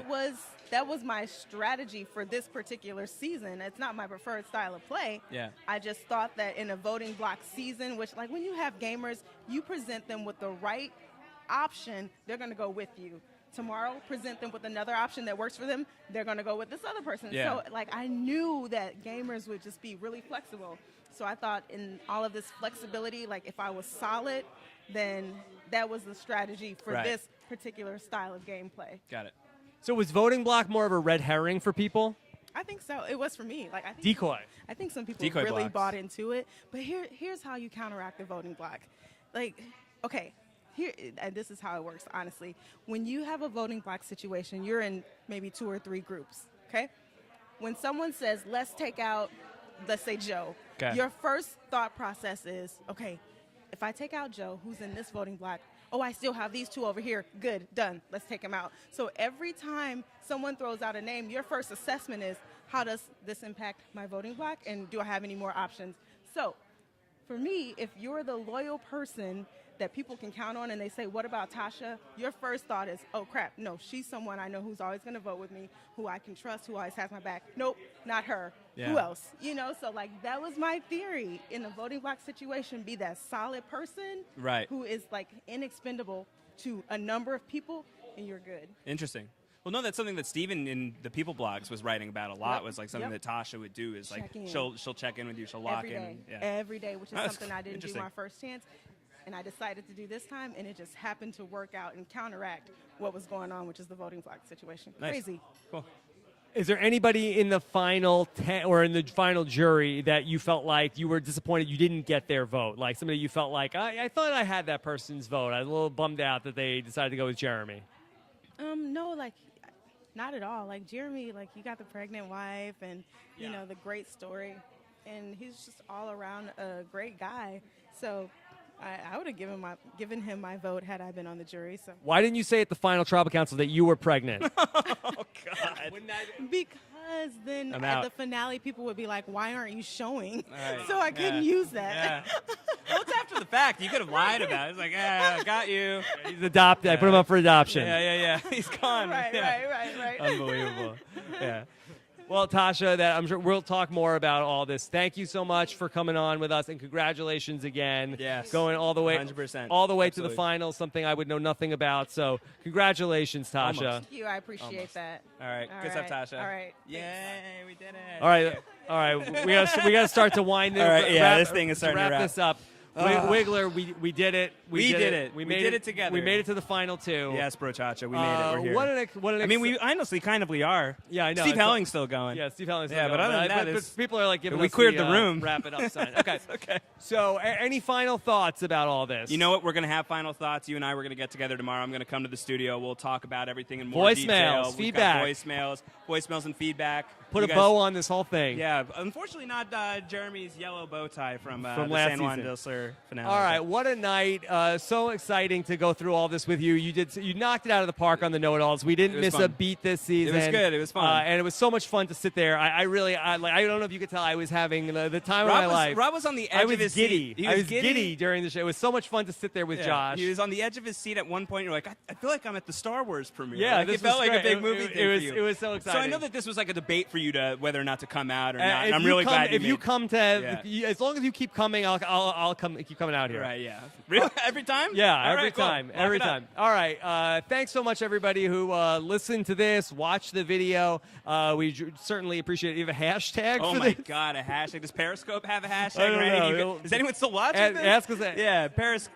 Wow. It's a big Oh my God. big Periscope. Wow. All right. I also just want to say real quick, thanks so much to the patrons of Rob as a Podcast, because if it wasn't for you guys, I could not be out here on a weeknight spending the entire day covering a Survivor finale. Yeah. So I just really want to just tip my cap. Thank you to all the brochachos and cischachos out there. Absolutely. No, and just signing off on Know It Alls here. Thanks to you, Rob, for letting me on. Thanks to everybody who was so cool to listen. But really, super huge thanks to unsung hero Stephen Fishback, who went out there and suffered for our amusement so that I could have a shot to be on here. Not so I could have a shot, but that was the consequence of it. And I had a really good time, and I hope you guys did too. All right. Thanks so much, everyone. What was the hashtag, Did we get Paul? one? Anything good?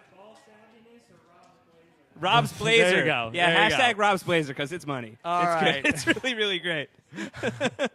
All right. Well, thanks so much, everybody. And be sure to check out, we've got more exit interviews coming on Thursday. Plus, Josh Wiggler is coming over to do voicemails tomorrow. Should be a lot of fun. And plus, the off season is just beginning. So make sure you're subscribed to the podcast, and so much more good stuff coming. Pretty soon. What could go wrong?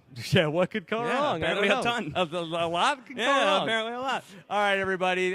Thanks so much, and we'll talk to you again soon. Bye. People were on that. I think Oh, you're man, but okay. everybody loves him. He's Everyone the- loves you too, Keith. Yeah, You're oh good. my You're God. fine. You're okay. Okay. Well, Keith, I know you got a lot of interviews to do tonight. We'll let you run, and looking forward to talking with Yeah. you more in the future, buddy. man. Job Great well stuff. done, buddy. Great. Yeah. You've done all the nail mails Okay. proud, Keith. Good stuff, Yeah. man.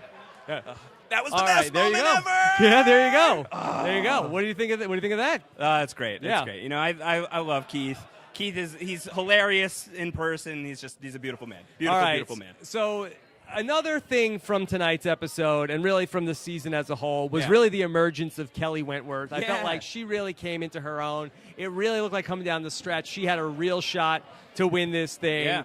Is Kelly Wentworth the person, besides Jeremy, I guess, whose stock went up the most throughout this Survivor Second Chance? Yeah, I mean, I think the fact that she's one of the first people, I mean, outside of Jeremy, we get the Kelly package on the show in the Yeah. reunion. Jeff throws to her, and I think it would have been disingenuous not to. I think there's say what you want about Wentworth, say she's too loud or whatever, or how did she get on the season? She was invisible. She got on the season, and she freaking brought it. She killed it. She's not basically a badass. She's a badass. And she played this game hardcore, and I believe firmly that the true Christie prophecy was realized. And we'll talk to Spencer about the manner in which he threw her under the bus. Right. But I feel the sentiment. If Kelly Wentworth is in that final tribal council, it's not a 10-0. Well, let's talk about it. Yeah. So let's put Kelly in that final trial. Let's take out Spencer, who got no votes ultimately. How many votes do you think that Kelly takes away from Jeremy? Right, so let's talk through some people. I think Cass is up for grabs. Yes. I think Ciara certainly is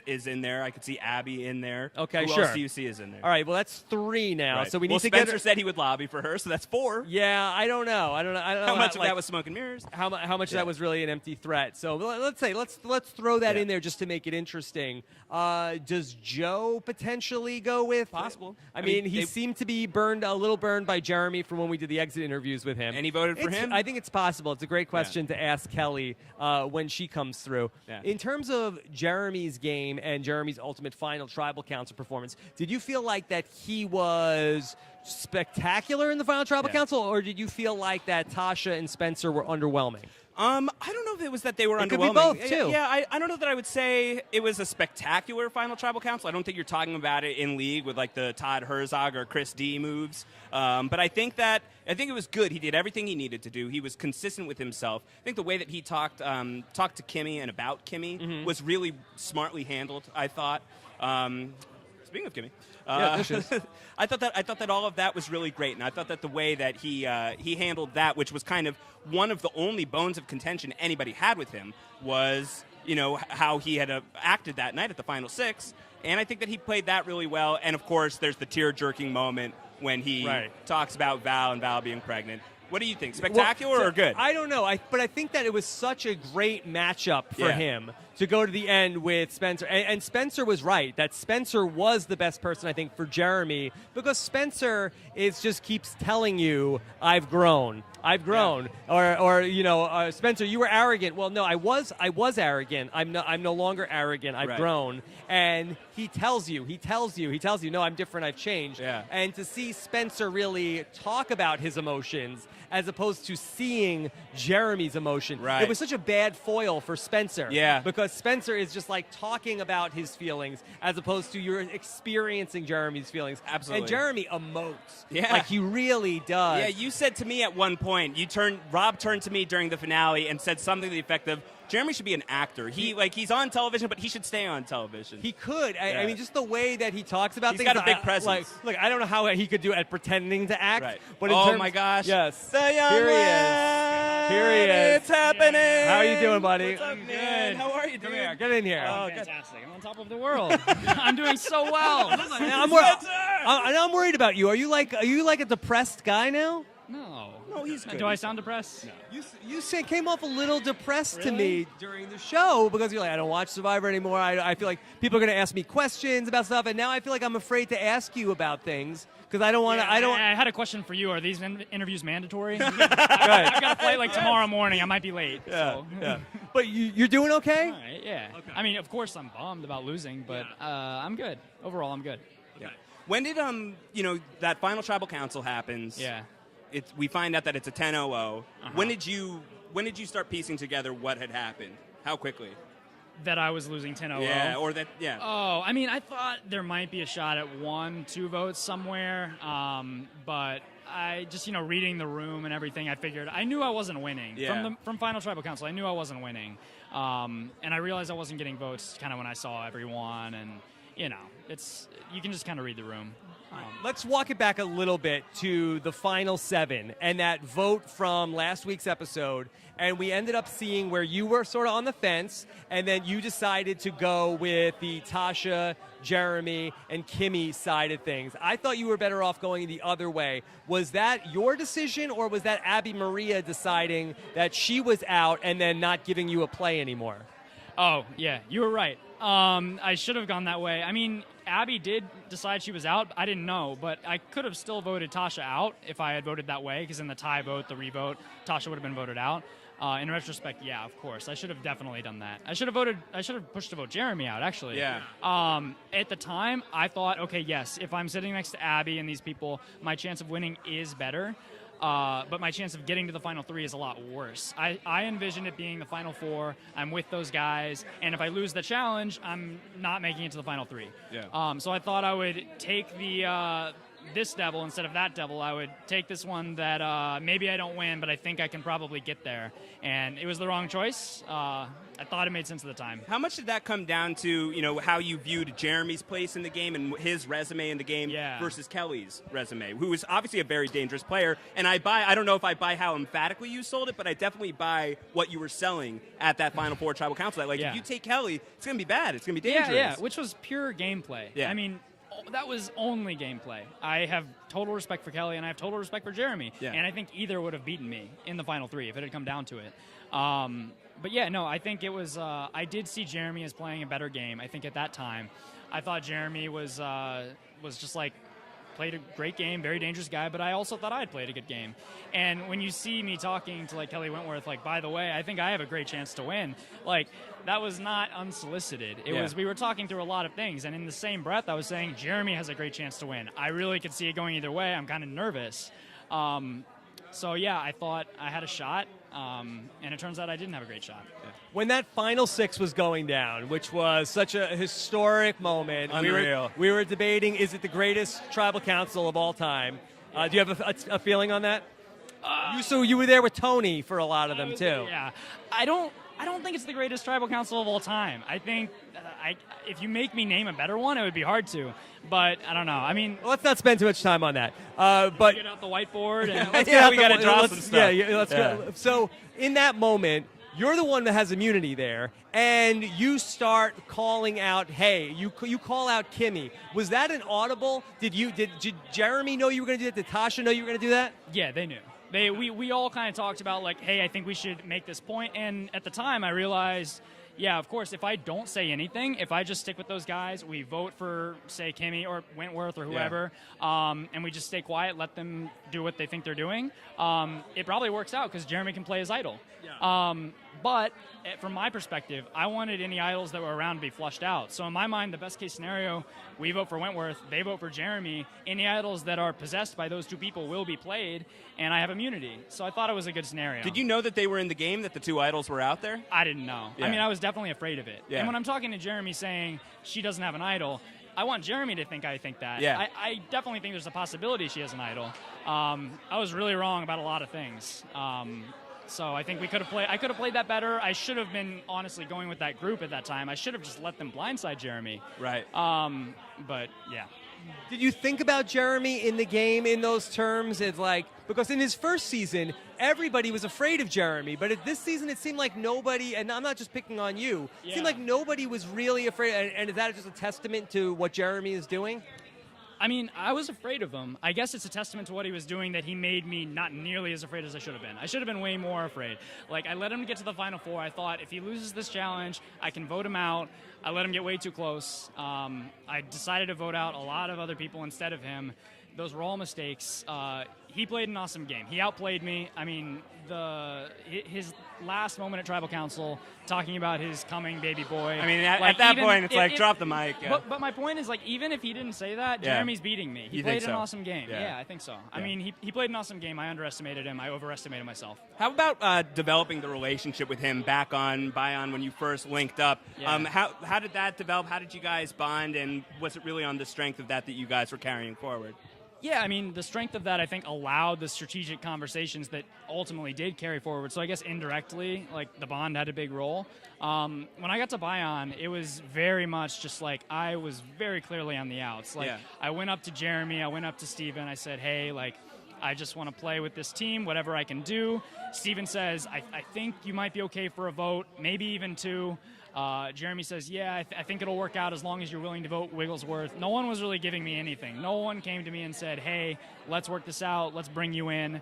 So I was grasping at whatever I could, and yeah, that was a bond with Jeremy. Can we go back to the Steven thing? Because to us watching the show, we weren't quite sure why you wanted Steven out so badly. If anything, it almost felt like, why wouldn't you and Steven try to get Jeremy out? But it was almost like that you...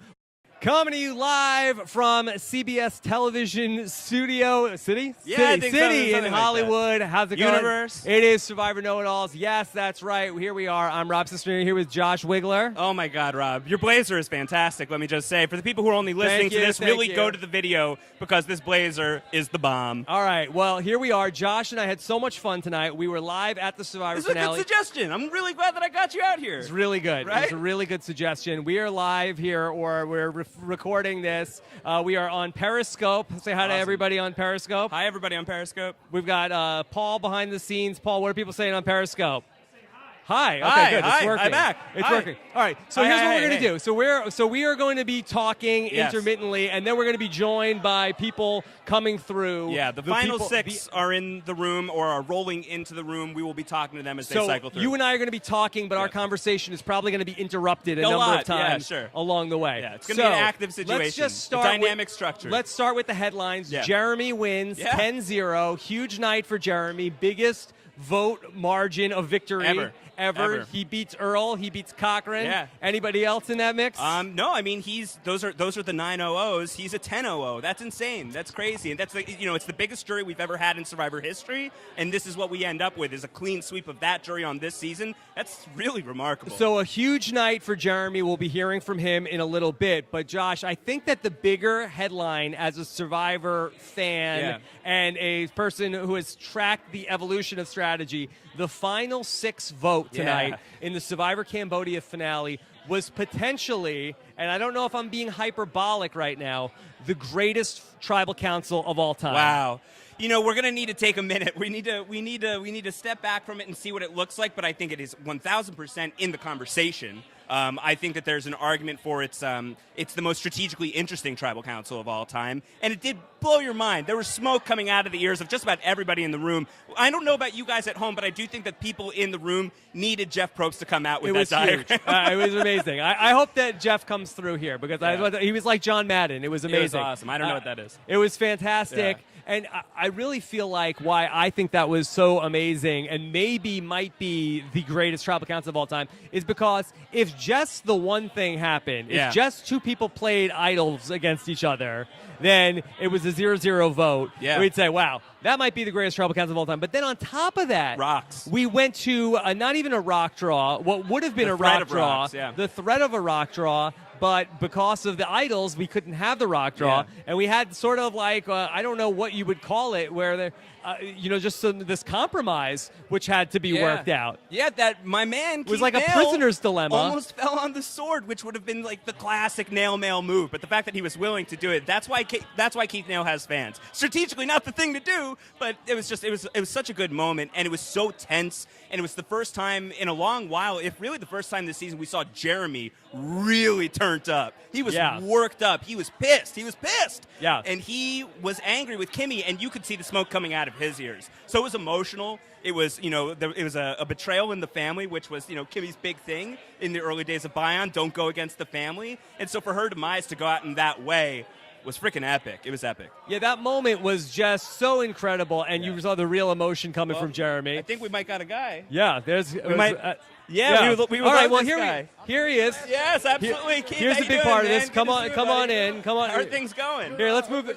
I'm with Parade. I'm Josh Bigler. I saw you in the Moving this preview. way. Come in, Keith. Founding member of the Nail Here Mail we go. organization. We're here with Keith. Keith Nail is here. Keith, here. I'll hold the microphone for you, Keith. Okay. All right, Keith. I noticed your voice tonight. What are you, a little hoarse? I'm a little raspy. I don't know what it is. They got me some water coming. But They need to keep we'll you get hydrated. through this. We'll get through this. Yeah, I heard these nail mails are really taking over this week. Hard partiers is what I've been told. That's what I've heard. I've heard the rumor on the I street. got a son running around there somewhere if you ain't in jail. Yeah, ain't in jail yet. He's a good boy, yeah. I hope he's okay. So, Keith, we were just talking about how at that final 6 tribal council that you said to Kimmy, hey, you're a single mom. I'll fall on the sword for you. And you know what? And I think a lot of people might say, well, hey, what is he giving? I commend you for that. I agree. I don't know. I don't know what I was thinking, Rob. At that point in the game, man, I'm not thinking clear, but I still can't figure out how my name was never wrote down, and I'm fixing to go to the house. I thought they were in the back making up rules as we go along. I've never seen. I mean, I'm not the sharpest dude, but something had to give right there. Right. Well, I think that that must have been a stressful situation on production because we've never experienced this before. How the heck are we going to resolve it? Yeah. So as confused as you were, I think take some solace, and I bet Survivor was very confused as well. Yeah, she did. Kimmy's a great gal. She is single mom, 2 little boys. Hell, I ain't been a millionaire in 54 years. 54 more ain't going to hurt me. So that's kind of the way I was thinking then. But on the flip side, I'm glad they didn't. You know, you get to move along. So. So, Keith, then the other big moment that you were involved in tonight was at the final 5 when Kelly Wentworth makes that idol and gives it to you. Now, I know Jeff was getting on you for, you should have played it, but you really ultimately, once you play it, then Jeff says, well, Keith, this is not an idol. So what is there anything that you feel like you should have been doing more with that idol, like just sort of dangling it in everybody's face, like, hey, I got an idol? I guess I could have shown it and maybe scare them. I didn't want to go out like that. That sounds cheesy. It's a cheap way to. But on the other hand, they say, well, why didn't you fight? Why didn't you do this, that, and the other? But I thought it was a cheesy way. It never works. Heck, Yeah. And I didn't want to look like I was giving up either. Right. Yeah, so it's kind of rocking a hard stone, as they say. So you the San Juan del Sur crew, you guys got deep in the game, Well, I'm proud of that. Everybody said, San Juan del Sur wasn't worth a damn. Well, what, 3 of the top 6? Yeah, top 5, baby. Top 5. Yeah. You can't get much better than that. So all these critics about San Juan, He's saying what I've been saying. I've been saying. Was that you forever. saying that? I'm on your side. I've been on your side from the beginning. Because that's a bunch of bull. Yeah. So what do you think that this does to the legacy of that season? The fact that the 3 of you come back and you just come back as strong as you did. You think that boosts it up? Are you telling people go put the DVD back in? I would think. Yeah. I would think people would do that. I like your way of thinking too. Yeah. I like it. Oh, shit. Now, Keith, here you are. Now, you went really deep into this game, 2 different seasons. You went to Final Four, and you were right there in San Juan del Sur. Natalie gets I still ain't got over that. Yeah. I'm over this one more than I'm over that one. That was worse for you, was the Final Four. Well, it was me and 4 women. I mean, what do you do? Yeah. I mean, Natalie's a good player, but so is Jeremy. Yeah. Like saying, that's a hard pill to swallow. Yeah. Natalie. Yeah. What was the best you felt about your chances to win this season? Was there ever a point when you started to feel like you had a good shot? There was a point in there, me, Kimmy, Kelly, and Abby. We could have made it happen right then. We could have made it happen. Us 4. Not take out Jeremy. He's too busy. He's got idols. Take out Tasha or take out Spencer. Yeah. But Lord knows what Abby's thinking. Yeah. So, What did happen at that vote? Because Abby Marie, for me, hell, I don't know. I don't know. Nobody knows what she's thinking. Right. All I know is if me, Kimmy, Kelly, and her would have got together on 1 and 3, this whole baby would have been a different ball game. Yeah. Didn't happen. The Talk- Brazilian in her. Talking about Jeremy, a guy you had played with before, you were not always on the same page last time even, but this time around as well. What's your take on how Jeremy played, and why did you vote for him ultimately? Oh, yeah. We kind of talked right there at the first. I said, listen, no hard feelings. Let's drop this. You play you, I play me. But we never got together. It's not like I'm going to call him up tomorrow and say, hey, let's go have a beer. Right. Great player. I'm not going to say nothing bad about him. We ain't on the same page. Yeah. And other than that, that's about it. Yeah. no sub-alliance with Jeremy? I don't know about all these, Subtweeting. all these voting blocks and all these. Yeah, what was your take on the voting blocks? It was hard enough to keep track at home. So what was it like out there for you trying to monitor all that? I have no clue. I'm trying to make alliances, trying to learn this part, that I didn't do the last time, and they're flipping to voting, whatever the hell voting blocks are. I still don't really understand it. Yeah. Can we go back to the moment in the finale tonight when it would look like at the final 5 that Jeremy is like trying to get your attention? And it's a very funny moment. Everybody's laughing in the room. And he says to you, hey, Keith, Spencer, did you feel like he really wanted to vote for Spencer, or did you feel like he was just trying to fake you guys out so that the votes would be for Spencer in case you had a real idol, then the votes were going for Spencer? So it was basically like just protection for himself. Yeah, like I say, Jerry's sharp. He's sharp at stuff like that. But I did. He convinced me I'm at a weak moment. I've got to do something. So heck yeah. I mean, whether he's doing it for his benefit or not, that's the only snowball's chance I got anyway. So I got to bite like a fish. So. Right. Yeah. Take the hook. So Keith, you were. We talk about the Golden Boy. We talk about Joey Amazing and his challenge prowess. But then this story starts coming out that if people had been paying attention to your past season, they would have known this already. That you've got this crazy secret challenge strength, this skill. What's the deal? What's the secret? Give us the scoop. It's about balance, I guess. I'm crazy at puzzles. Yeah. I couldn't put together 2 pieces of paper. Uh-huh. But if it's balancing a ball or balancing or throwing, You know, I can't outrun you. You can probably outrun But me. I can, I can hold the ball. I can hold the ball for a couple of 3 hours. Right. So, Yeah. and you're right. The chosen one, Joe. Yeah. You dang near felt bad. I mean, I felt bad that he fell out, but you dang near felt bad. Oh hell, Keith's the one that took out the golden child, and I'll have to carry around that stigma. I think you can share the load on that. I Yeah, think babe, a you bunch don't of think people- so? A bunch You of, While we're out there, we're saying she's not that good. right. And it was genius for her to kind of hide behind Sierra because we said, Sierra Sierra's got to the go. one. Sierra got to go. Yeah. She's the leader of that. Let's get her out. And Kelly was really the leader. Yeah. How much does that come down to, you think, the fact that, you know, in some of these returning players' seasons, there's somebody like Malcolm comes on to Karamoan and you don't know what his history is. Russell Hance comes on to Heroes Villains, you don't know his history. Kelly's kind of like that, and no one really knew what she was capable of in her game. I mean, you played with her, but you probably didn't know the extent of what she was able to do. No, I didn't know Kelly was that good. Yeah. And even, I mean, our season, at one point I said, Kelly's not doing anything. What do you guys, I said to Drew Christie, I said, Kelly's not doing anything. What are you talking Yeah. about? If he came back for second chance, he probably would have wanted to. He's a genius. Yes! Oh, my God. All right, well, we have to do second chance, He too. knows everything. These San Juan Serves, if you get them back on the show, it's just, you know, they get at least the Final Five. We'll so. do all right, Yeah, huh? it works out pretty well. All right. Well, we have so much more to talk about. I do hope that we can really sit down once either things calm down after the baby or whenever you have. You know, I watch your show. I listen to your show all the time. Right. Great. Well, looking forward to it. Congratulations again. Thanks a lot. I appreciate Good it. stuff, Jeremy. Awesome, man. Talk soon. I can't tell you how many people in the last couple of years that I say like I'm so happy my friend has just won $1 million. I know what is going. Everybody. And you're sure you don't want to go back? Everybody Rob? I know Yeah, except yeah. Stephen Fishback Oh, is making no. all this money. But he's winning in the fashion game. Steven looked good tonight. You know, He's- Steven, ever since he's been voted out, his fashion game is. He's a sharp dresser. He's a sharp thumbs dresser. up. How are you doing? You holding up? I'm doing great. I'm doing fantastic. It's really, really great to get these guys' takes. And, you know, you're trying to think up all the relevant questions on the fly, and there's just too many. You know, I could stay here and talk to him for hours. So, but it was great. I think that look, that guy, he was doing some really good stuff, and I think a lot of the gameplay this season was subtle. You know, Yeah. there were lots of big moves as well, but it's a lot of subtle stuff that you probably didn't see. Yeah, and a lot of them weren't his necessarily. Right. But I think that when we do the full accounting Yeah. of all of this in a couple of years, when we go back and take a look at it, I think you're going to see that Jeremy was a master in the social game. Yeah. There were times he did not have the right read on things, specifically that final six. Yeah. He's saying that Kelly Wentworth doesn't have the idol the first time around.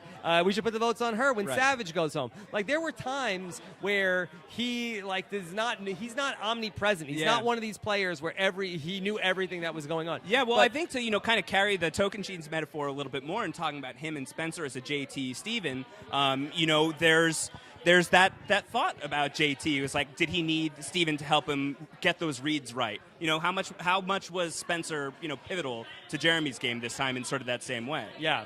So, lots to... who's lots going? to talk- Kimmy. Yes, Kimmy Kimmy, how Gafferberg. are you?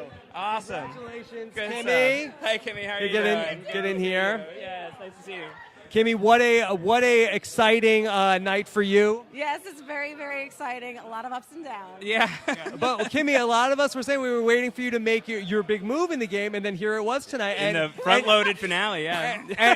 It was a ingenious plan. It really was very strong. It was a strong plan. It's just the wrong player at that time. I probably should have voted out Tasha at the time, but I had to go and get that threat Jeremy out because if he wasn't out, he would have won, and there it was. And he you won. and you felt that way about Jeremy, that Jeremy gets to the end, that guy has got this locked up. I definitely knew that if Jeremy went to the end, he was going to get a lot of votes, Yeah. depending on who he went against. Yeah. And I had some friends on the jury, and I know I would have gotten some votes, but with him there, he would have gotten a heck of a lot. Yeah. So how did, you were always about in the early days of Bion, like Bion strong. Yes. It's all about the family. You did Yes. the Gemma Morrow game, as course we've I commented did. a lot. Of course I You were did. doing the Sons of Anarchy thing. When did you decide, now I have to turn on the family, or did you feel like the family had turned on you?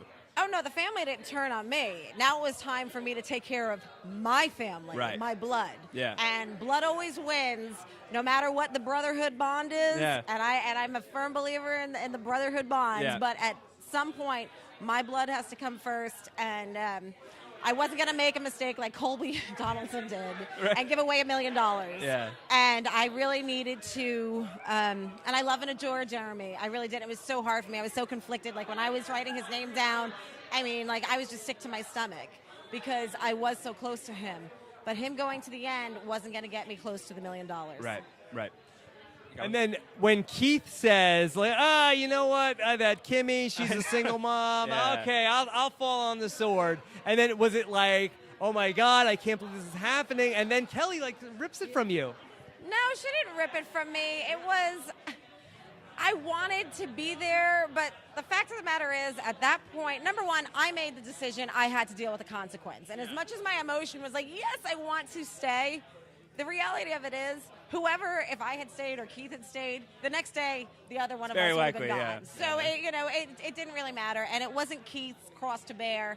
And, the hardest thing is that I went there and had no votes, that night. I was voted out by default the same way Keith would have been. Right. But I really do want to commend you to go into that final six because we always talk about it, what happened with Sierra at the final six in Blood versus Water, where you realize that you are not in that top three. You realize it's your last chance to make a move. And you say, okay, I'm number 4 over here. If this works, I'll be number 3 over here, and I have a shot at the money. Yeah. So even though it didn't work out, I still think that it was the right move for you to make. I agree completely. I totally think so. I mean, and I was playing out all these different scenes and everything in my head. And, we honestly thought when we talked about it, if there was some kind of a tie or anything, you know what? We'd go to Rocks. We'd go to Fire Challenge. Nobody thought of this crazy game of all of a sudden where votes are canceling each other out and immunity idols, and we were all just like scratching our heads out there going, what the heck is this? Yeah. One of the things that we picked up on from the secret scene last week that wasn't in the episode was that you really felt like Spencer was the person that was blocking you, and you felt like that Spencer had kind of taken your spot in the alliance. Did you resent Spencer, and were you actively trying to work against him for a while in the game? Yeah, I mean, Spencer, when we did that first tribe swap and he was over in our new Bion with him and Wiggles, we talked about getting rid of Spencer, but the boys were liking him so much, and as Jeremy has clearly pointed out, he wanted the other big male threats around to be a shield for him. Yeah.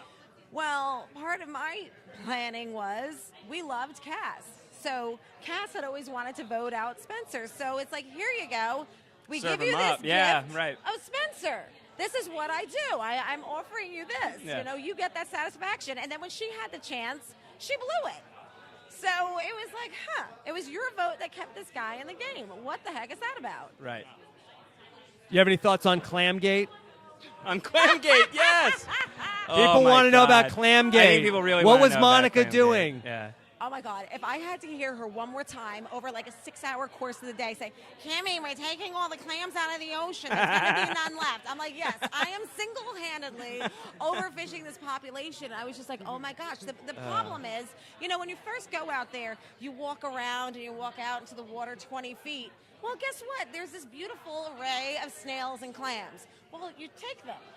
The next day, harvesting, you have to go out another 20 feet. Well, some of my little friends didn't want to go that extra 20 feet, or God forbid, turn over a rock. And it was just like, they're all gone. Kimmy, you have overtaken the ocean. And it was just like, you need to know, this is Survivor. If you don't eat when you have the resources, there's no guarantee you eat tomorrow. There could be a tribe swap. Yeah. There could be monsoons, like you saw. Eat while you can. Eat while you can. Eat what you can while you can. That makes a lot of sense. Yes. We didn't get to see you play with Varner, which was, I know for like the old school fans, really, really, really disappointed about that. What was your reaction when he was gone? And can you also talk us through, there was this moment where you apparently dropped a box on the ground so you could communicate with him. Can you tell that story? Yeah.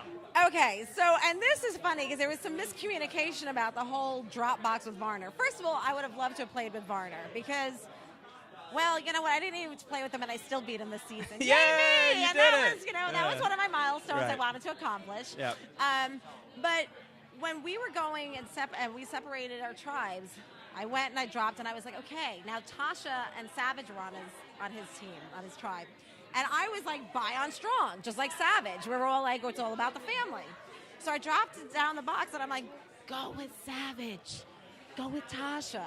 Because I had already told Savage. I'm like, I think we can get Varner. This will be good. Well, Varner thought I said, watch out for Savage. So it was a whole miscommunication where now Savage and Varner still don't really even talk. But I was but I'm sitting there and I was like, go with, and he got watch out. You got the wrong word. Yeah, I guess neither one of us are good at reading lips. What are you gonna do? If you got them. Yeah. When Spencer turned against Steven and Steven got voted out, who was like you were very close with him. Yeah. Like your island husband out there, right? And then everybody's going back to trusting Spencer. Were you? I didn't trust Spencer. I didn't. But the problem was I still couldn't make a move because there weren't enough people to make a move with. And although I could have used Abby, but then Jeremy, he had this way of telling everybody they're in this alliance. So now at some point there was like, I don't know, I think 7 or 8 of us, and he's like, "You're in the alliance," and I'm sitting there, I'm going, "There's 8 of us here, 7 of us are in the alliance. At what point is there a pecking order?" And he's like, "No, we're good." But I didn't think that I could trust Abby at that point with a lot of things because I figured she would run and tell Jeremy. So when Spencer was flipping, I was just like, well, I'll just keep going with them. But I was devastated when they voted out Wiggles, and I was devastated when they voted out Fish. But they didn't tell me for a reason because I had very good relationships with both of them. Right.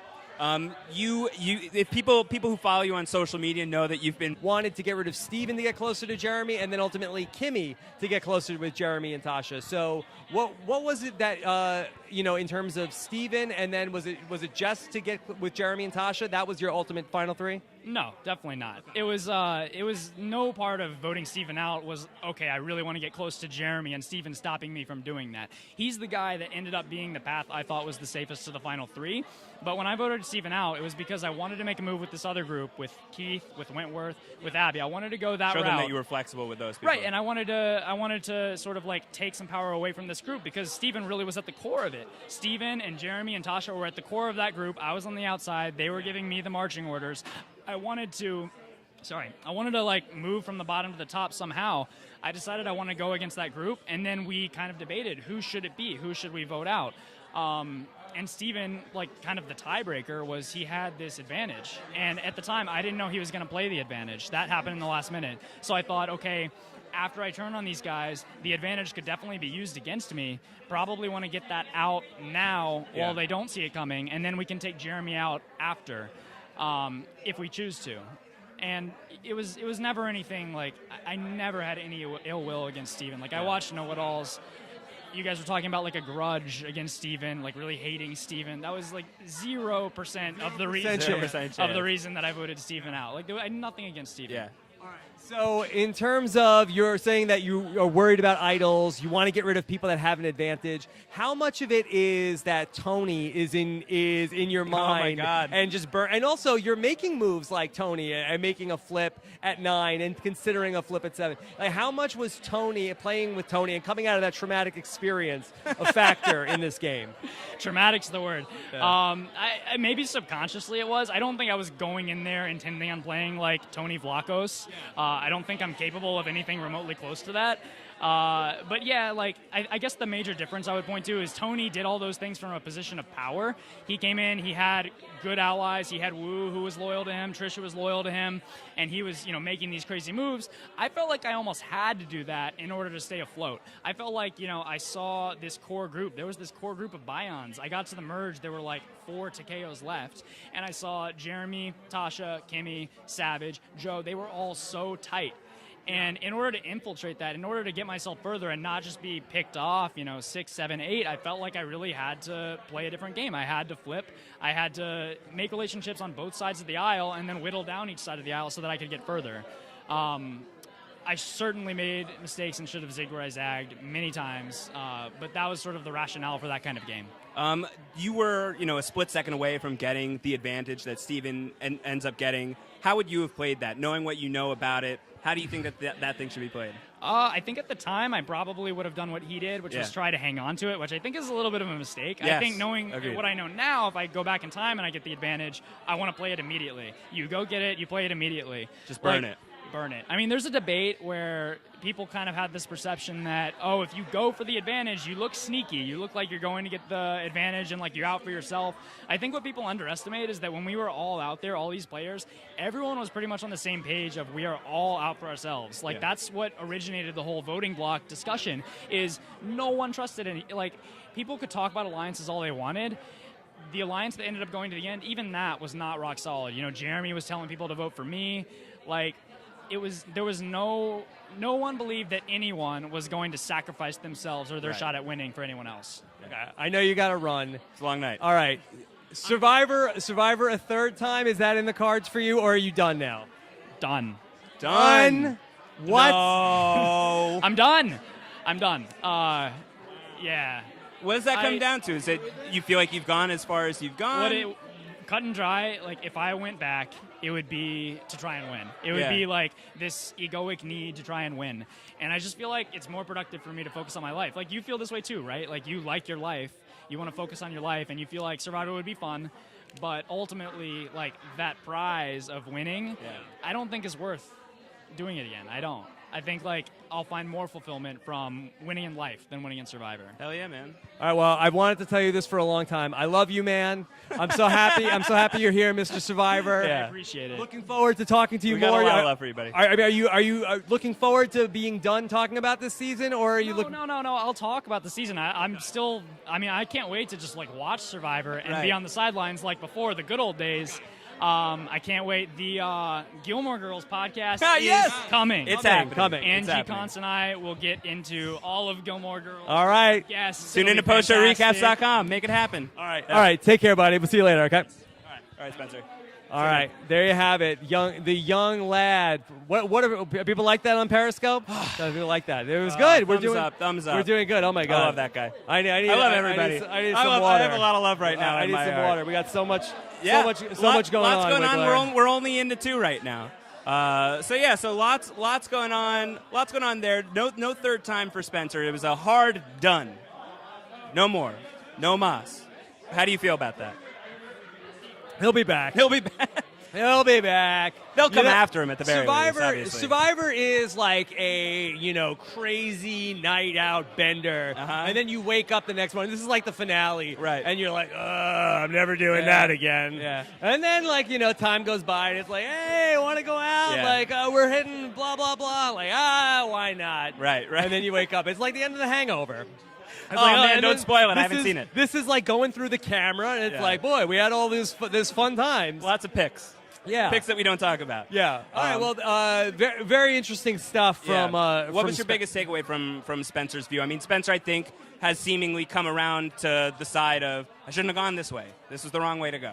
I think that to me, Spencer was the person that probably could have changed the game the most because that you had people from Bion and they were sort of like in lockstep moving forward in Bion, but he was really the one guy probably with Kelly who was sort of in the opposition who could have he was the one person that sort of had his one leg in both ponds of I'm with the Bion crew but I'm also flirting with the insurgents and so he could have gone a different direction, changed the game a number of different times, and ultimately he ended up sticking with the status quo, probably to his detriment. But certainly to his detriment. But to give him credit, he comes into the game as the youngest guy out there. Yeah, he's by also a lot, by years, and he's kind of a 4-year spread. He's kind of like the guy that ends up sleeping on the couch, that ends up sort of moving in and taking over different roommates' place. Interesting metaphor. Because they sort of invite him in as sort of the low man on the totem pole at New Bion after the swap, and he sort of weasels his way more and more part of that, and then he goes to the KO and he sort of gains more power there, and even after the merge, sort of forces Steven out, and then potentially could have maybe gone in that direction and taken out Jeremy or Tasha had he stayed with the Kelly Key thing. But he decides to sort of stay the course. But I think that ultimately it's hard. I think when you're out there, but. For whatever reason, he just did not see that Jeremy was the immovable object that he couldn't get around. And I mean, there was even a moment during the finale, when Kelly wins the immunity challenge and Keith comes back and he's unprotected. I turned to you during the commercial break. I was like, okay, so they got to come try and get Spencer back and go after Jeremy or Tasha, and that's in Spencer's best interest to make that move. That didn't even come up on the show. Yeah. But to me, that Good was question for exit interviews. I know that was Yeah. that was the move to me that just came to mind of why isn't now the time to go with Keith and Kelly? But I think that there was a lot of fear of Wentworth too, rightfully so. There's that moment earlier in the season where Jeremy says about Steven, like, I could be your JT. Yeah. I could be your JT. And it's almost that It happened. He was Yeah. Spencer's JT. Yeah. I mean, it really was. I mean, like that relationship between the two of them, Yeah. where Steven walks away from Tocantins kicking himself. I should have gotten rid of the Golden Boy. I needed to get rid of JT. Yeah. It's like Spencer walks away from this season saying, I Sort should of. have got rid of Jeremy. Yeah, Steven-esque. Yeah. No, and I think, I mean, you could play that through in a lot of ways. The fact that the final immunity challenge was a Tocantins challenge. Right, and also then Spencer inherited the curse of Fishback of no Right, votes in the final shutout. Tribal Yeah, Council. so that's eerie. It's definitely eerie. Yeah. Yeah. So I mean, there was a lot of talk about JT throughout the season, and tonight at the finale, which I thought was really funny. Well, Steven, how do you think Steven did in the reunion? I thought he was very good. Yeah. I thought he was very strong in Yeah. the reunion. I was Good shouting job. in support of Steven. If you heard a woo, that was me. You did a very good job. I'm supporting them. I'm supporting the man. Yeah. But no, I thought that was fun. What about overall as a finale? It was a bit of a different format tonight. We ended up with 4 tribal councils. We did very little sort of like reflecting on that. We did no opening statements, no Right. closing statements. Well, those seem to be out. Yeah. You know?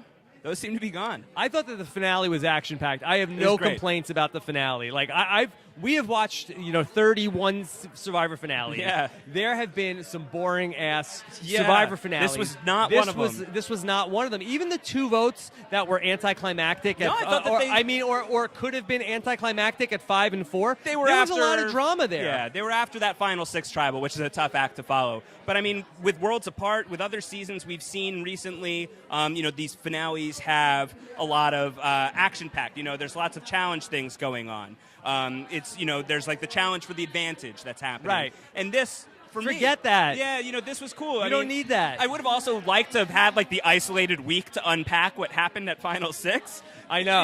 I know. that was so big. But for that to be kind of the big action set piece that kicked things off was awesome. Well, it was really fascinating. I had said to you, and we were sitting together during the show, of like, I wish we could just pause it right here, Yeah. and do a know-it-alls, Yeah. because that was Yeah. really the tribal council. That was Yeah. Very exciting. Yeah, no. Here he was is. terrific. Here he is. Oh, Here he is. Oh man, what's up, dude? How's it I going, know. Jeremy? Congratulations. Thank you. Congratulations. He called his shot. He Yep. said he wanted to come in and be the Michael Jordan this season and run past Cliff Robinson, right? I don't know what any of that means. And do this. I wanted to do that. And he did it. And he did it. Congratulations. I really am so Yeah, happy this is for you. great. This is Congratulations. great. It's really good Appreciate stuff. it. Thanks a lot. I think this is awesome. What's interesting to me, so I was out there preseason. I got to talk to you there, and you were my second interview of the day. It was before I was really feeling my groove yet. I was like, oh, it's great. I'd love to see Jeremy here. But one of the things that you said that was really interesting was you talked about how you were looking around at everybody on the beach, and you were like, that person needs to win. I don't need that. And I challenged you on that. I said, you don't need this? And you said, no, I will be happy with any result that I get. Was that armor? Was that real at the time? Because it certainly evolved at the very least. At the time, it was 100% real. Like, I was just in it to play the game. I needed to get something off of me from losing the way I lost. Yeah. And I wanted to play free. I just wanted to. There's no way I'm playing an idol for Steven Fishback, And just going in, I said, you know what? On the way to Tribe, I said, I'm just going to do it. Yeah. Like, why? Why am I going to hold on to this? I know exactly where this vote's going to go. And let me just play and ball out, Like, why not? Did you feel like that helped you or hurt you ultimately to play that out for Steven? This season, I think it would have hurt in any other season, but this season, when you play an idol correctly, everybody flocks you. Yeah. Wentworth was on the bottom. When she played that idol correctly, everybody the next day, like, I had to take a shot and say, oh, I'm sorry. You could talk to her, Joe. I'll be back. Right. And she's sitting in the hammock like a queen, just sitting was the back. celebrity. And I had to wait my turn to go talk to her. Right. Yeah. And so after I played it correctly, they all flocked to me and they wanted to work with me, and it just worked out. Yeah. You know, the story of you in San Juan del Sur was that everybody said, and you mentioned it tonight, he's a firefighter. Reed and Josh said, oh, we're successful Broadway actors. Right. Go Who to wants the to end vote with for us, us? John Yeah. Nish. Now you get that, and they say, oh, well, I can't let Jeremy, I got to vote him out at Final 10. He'll win. Nobody seemed to worry about that this season. Why didn't, can you give us these guys are so dumb? These guys are so dumb. Why? But why? But did you do something different, or it was just them? I think, first of all, everybody is a threat this season. And everybody, we're not just going and saying, oh, he's a firefighter with 2 kids, he can win it. That was fundamental, and that was just, it wasn't good gameplay. We're all game players here, and we kind of know you got to win this game. No one's going to just give it to you. Yeah. You have to go in there and play to win it. Yeah. So and then the other thing I did was I went to each and every person and I said, I have your back. If I hear your name, I'm going to tell you. You do the same for me. So everybody had my back, basically. Yeah. At some point in time, I was aligned with everybody. You said it to everybody. Everybody. How come you have no blood on your hands for that, though? Because then I would go and say, Steven, Spencer wants you out. Right. But I'm not going to let that happen. You're with me. We're good. Yeah. Spencer, Steven wants you out.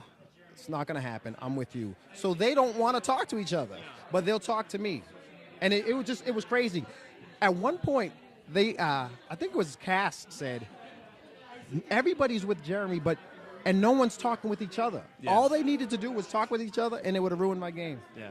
Yeah. Now, the social game that you had in this season was, I'm going to say, Spradlin-esque. Yeah, it was really good. I really felt like that. It was really Everybody good. came away feeling like they were your friend, and nobody was really like calling you out as being the person, because everybody felt that like you were the person that was with them. Yeah. And even at the times when people were standing up and saying like, this person's calling the shots, this person's the boss, nobody really seemed to put that blood on you. Yeah,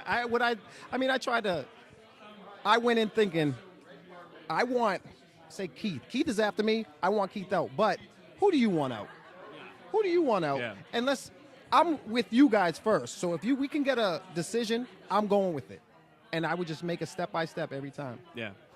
You were at this insane Final 6 Tribal Council. You play your idol again there. Can you just talk us through what you were going through in that moment? Did you know that you were playing that idol for yourself? I said, if Kelly plays her idol, because I know Kelly's getting 3 votes. Yeah. If Kelly plays her idol, I'm playing mine. And at one point I said, are they going for me or are they going for Tasha? Like, I wasn't even sure. Right. I wasn't going to play it for anybody else but me that night. You'd much rather misplay it than go home. So I said, I'm going to play this. Worst comes to worst, if I'm wrong, I'm wrong, but I'm playing this because if she pulls it out, I'm playing mine. Yeah. I didn't think that Kimmy was going to do it. I mean, Right. if Kimmy does it at 7, that's what she should have done. But at 6, don't do it at 6. Kimmy, Yeah. you Yeah. know? So how big of a blindside was that on you that Kimmy flipped? Was it really? And how did that intelligence come together? How did people figure out that Kimmy was making that move then? I got to tell you, I had no idea. Kimmy, when I say Kimmy Kappenberg, You got Kappenberg. duped me, yes, she duped me. Yeah. Because Spencer and Tasha are telling me she's not with us. She's not with us. And I said, I've been with her since day one. We've been on the same beach since day one. With all the swaps and everything, we never left. And I said, she's not going anywhere. We got her. We got her, Now, to us at home, it looks like it's the final 3 of Jeremy, Tasha, and Spencer. But in your mind, is it Jeremy, Tasha, and Kimmy? I wasn't planning on taking Kimmy to the end, but I wanted her in the top 4. Yeah. So she did make the right move. She did well, not really, because she Well, would it didn't work. But She would have got to 4. Right. But if we applaud Sierra back in Survivor Blood versus Water at 6 for, willing to go to rocks. True. I mean, yeah, I guess if you want to say it like that. I mean, anything could have happened after that, but I told her she was all set for that vote. Right. And she would have made it at least one, and maybe she would have. But what move does she have at 5? If she wins at 5, then what? Come on. I know, but I'm just saying, Could we talk about at the final 5? I thought that you made a really great move in the game, and I want to make sure that I understood it. So where it looks like that Keith is flashing this idol. Okay. And you say to him, Spencer, and he's trying to get. It's such a funny scene when you're. It's like a scene out of a comedy movie where you're trying to get his attention, and you're whispering to him, Spencer. Did you have any thought to actually vote for Spencer, or are you just trying to get the vote changed from you to Spencer in case their votes votes come up, their 2 votes come up in your name, and then you get idled out. Well, so with that, I wanted Spencer. Keith is walking around looking for an idol, and then he comes back blatantly doing this and this, and I'm like, that's too blatant that he has an idol. Yeah. But Tasha is calm over there, and he sat down, and I said, let me just throw this out there. And I put that out there. And actually, I told him he messed up because I said, I wrote in the sand, Tasha sleeping real bad. I said, Tasha. I said, me, you, Spencer, vote for Tasha. And he got up, and he was happy. He was like, hey, Tasha, you want some water? And I said, he doesn't have it. Yeah. He does not have an idol. Got it. I feel good about it. So he we're revealed good. it to you. Yeah. What was your take on Spencer's game? So Spencer, in your mind, was in your final 3. You had to know then that you felt good about being able to beat him there. What did that come down to? What was your take on his game? I figure if I'm going to the end, I have to go to the end with people like Spencer, strong competitors. I'm not a strong challenge competitor. If I go with, Keith, Kelly, they knock me out. They beat me, and I go home. So I have to go with people that I trust, that are willing to take me to the end, and that are strong competitors. Yeah. And so I knew once he said, hey, this is our final 3, let's do it, I was in. Let's go. And you felt like you could trust that. I felt I could trust it because if he jumped ship, if Spencer jumped ship and went with the other group, he would be the next one to go. Yeah. And we didn't want one of them to win. We can go to the final 3 and we'd be all set. So if he jumps ship, he has to win out or he loses the game. He's the next one voted out. Yeah. Can you give us the update on Val? How's she doing? Val's doing great. She was in the audience. She's 2 weeks away. 2 Oh my weeks God. away. Hey, congratulations to you, man. That's awesome. Babies everywhere. Oh boy! Oh boy! Yeah. No, it's Yeah, 2 weeks away. We're ready. Trying to get the house ready and trying to get some sleep now. You know? that was one of the greatest moments of the season. Obviously, is the "It's a Boy" moment and finding out that you were going to have a son. How tough was it to keep that on lockdown? Was there anyone that you told, or did you really keep that to yourself completely the whole game? I wasn't telling anybody that. Yeah. I mean, I would talk to Kimmy all the time about family, and I knew I was holding that right in the back pocket. I'm not doing it. When I get to the end, You'll let reveal me it. throw one on everybody, and then vote for. Let me see you vote for somebody Slam else. dunk, slam dunk. You know? Yeah, that's amazing. I was saying that I thought it was such a good foil for you in that final 3 to be up against Spencer, who, to some degree, was talking about his emotions. But then when you actually are being emotional, I think it really undercuts what he's saying about his growth and his emotions in the game. And I just felt like it was a really good final 3 for you. And you didn't have to bring goats, quote unquote, to the end. Yeah, and the other thing is nobody sees me crying. Nobody sees me emotional around camp. I go do my interviews and I'm crying and being emotional then. So when I come back, I'm stone cold face. So when they see me come out and say like, I'm having a son and I'm truly emotional about it. Of course. I think that touches everybody. You were, Spencer has this big emphatic speech about why you would be a fool to bring Kelly with you. What was your take on Kelly in terms of if she had gone to the end? You're bringing Spencer with you, but in that hypothetical scenario where she's sitting there instead of Spencer, how is that going? Drew Christie warned you all that time ago. Drew's a genius. Yeah, you he didn't is know. super genius. Yeah. I don't know, Kelly. I think Kelly played a great game. I think the people on the jury, they could have voted for Kelly. There's a lot of her friends. She's an underdog. The good thing about Kelly is we didn't see this game out there. We in San Juan del Sur? No, Oh, not in even this San. time. Yeah, yeah. I mean, San Juan del Sur also, but Right. like even while we're out there playing, I talked to Steven about it, and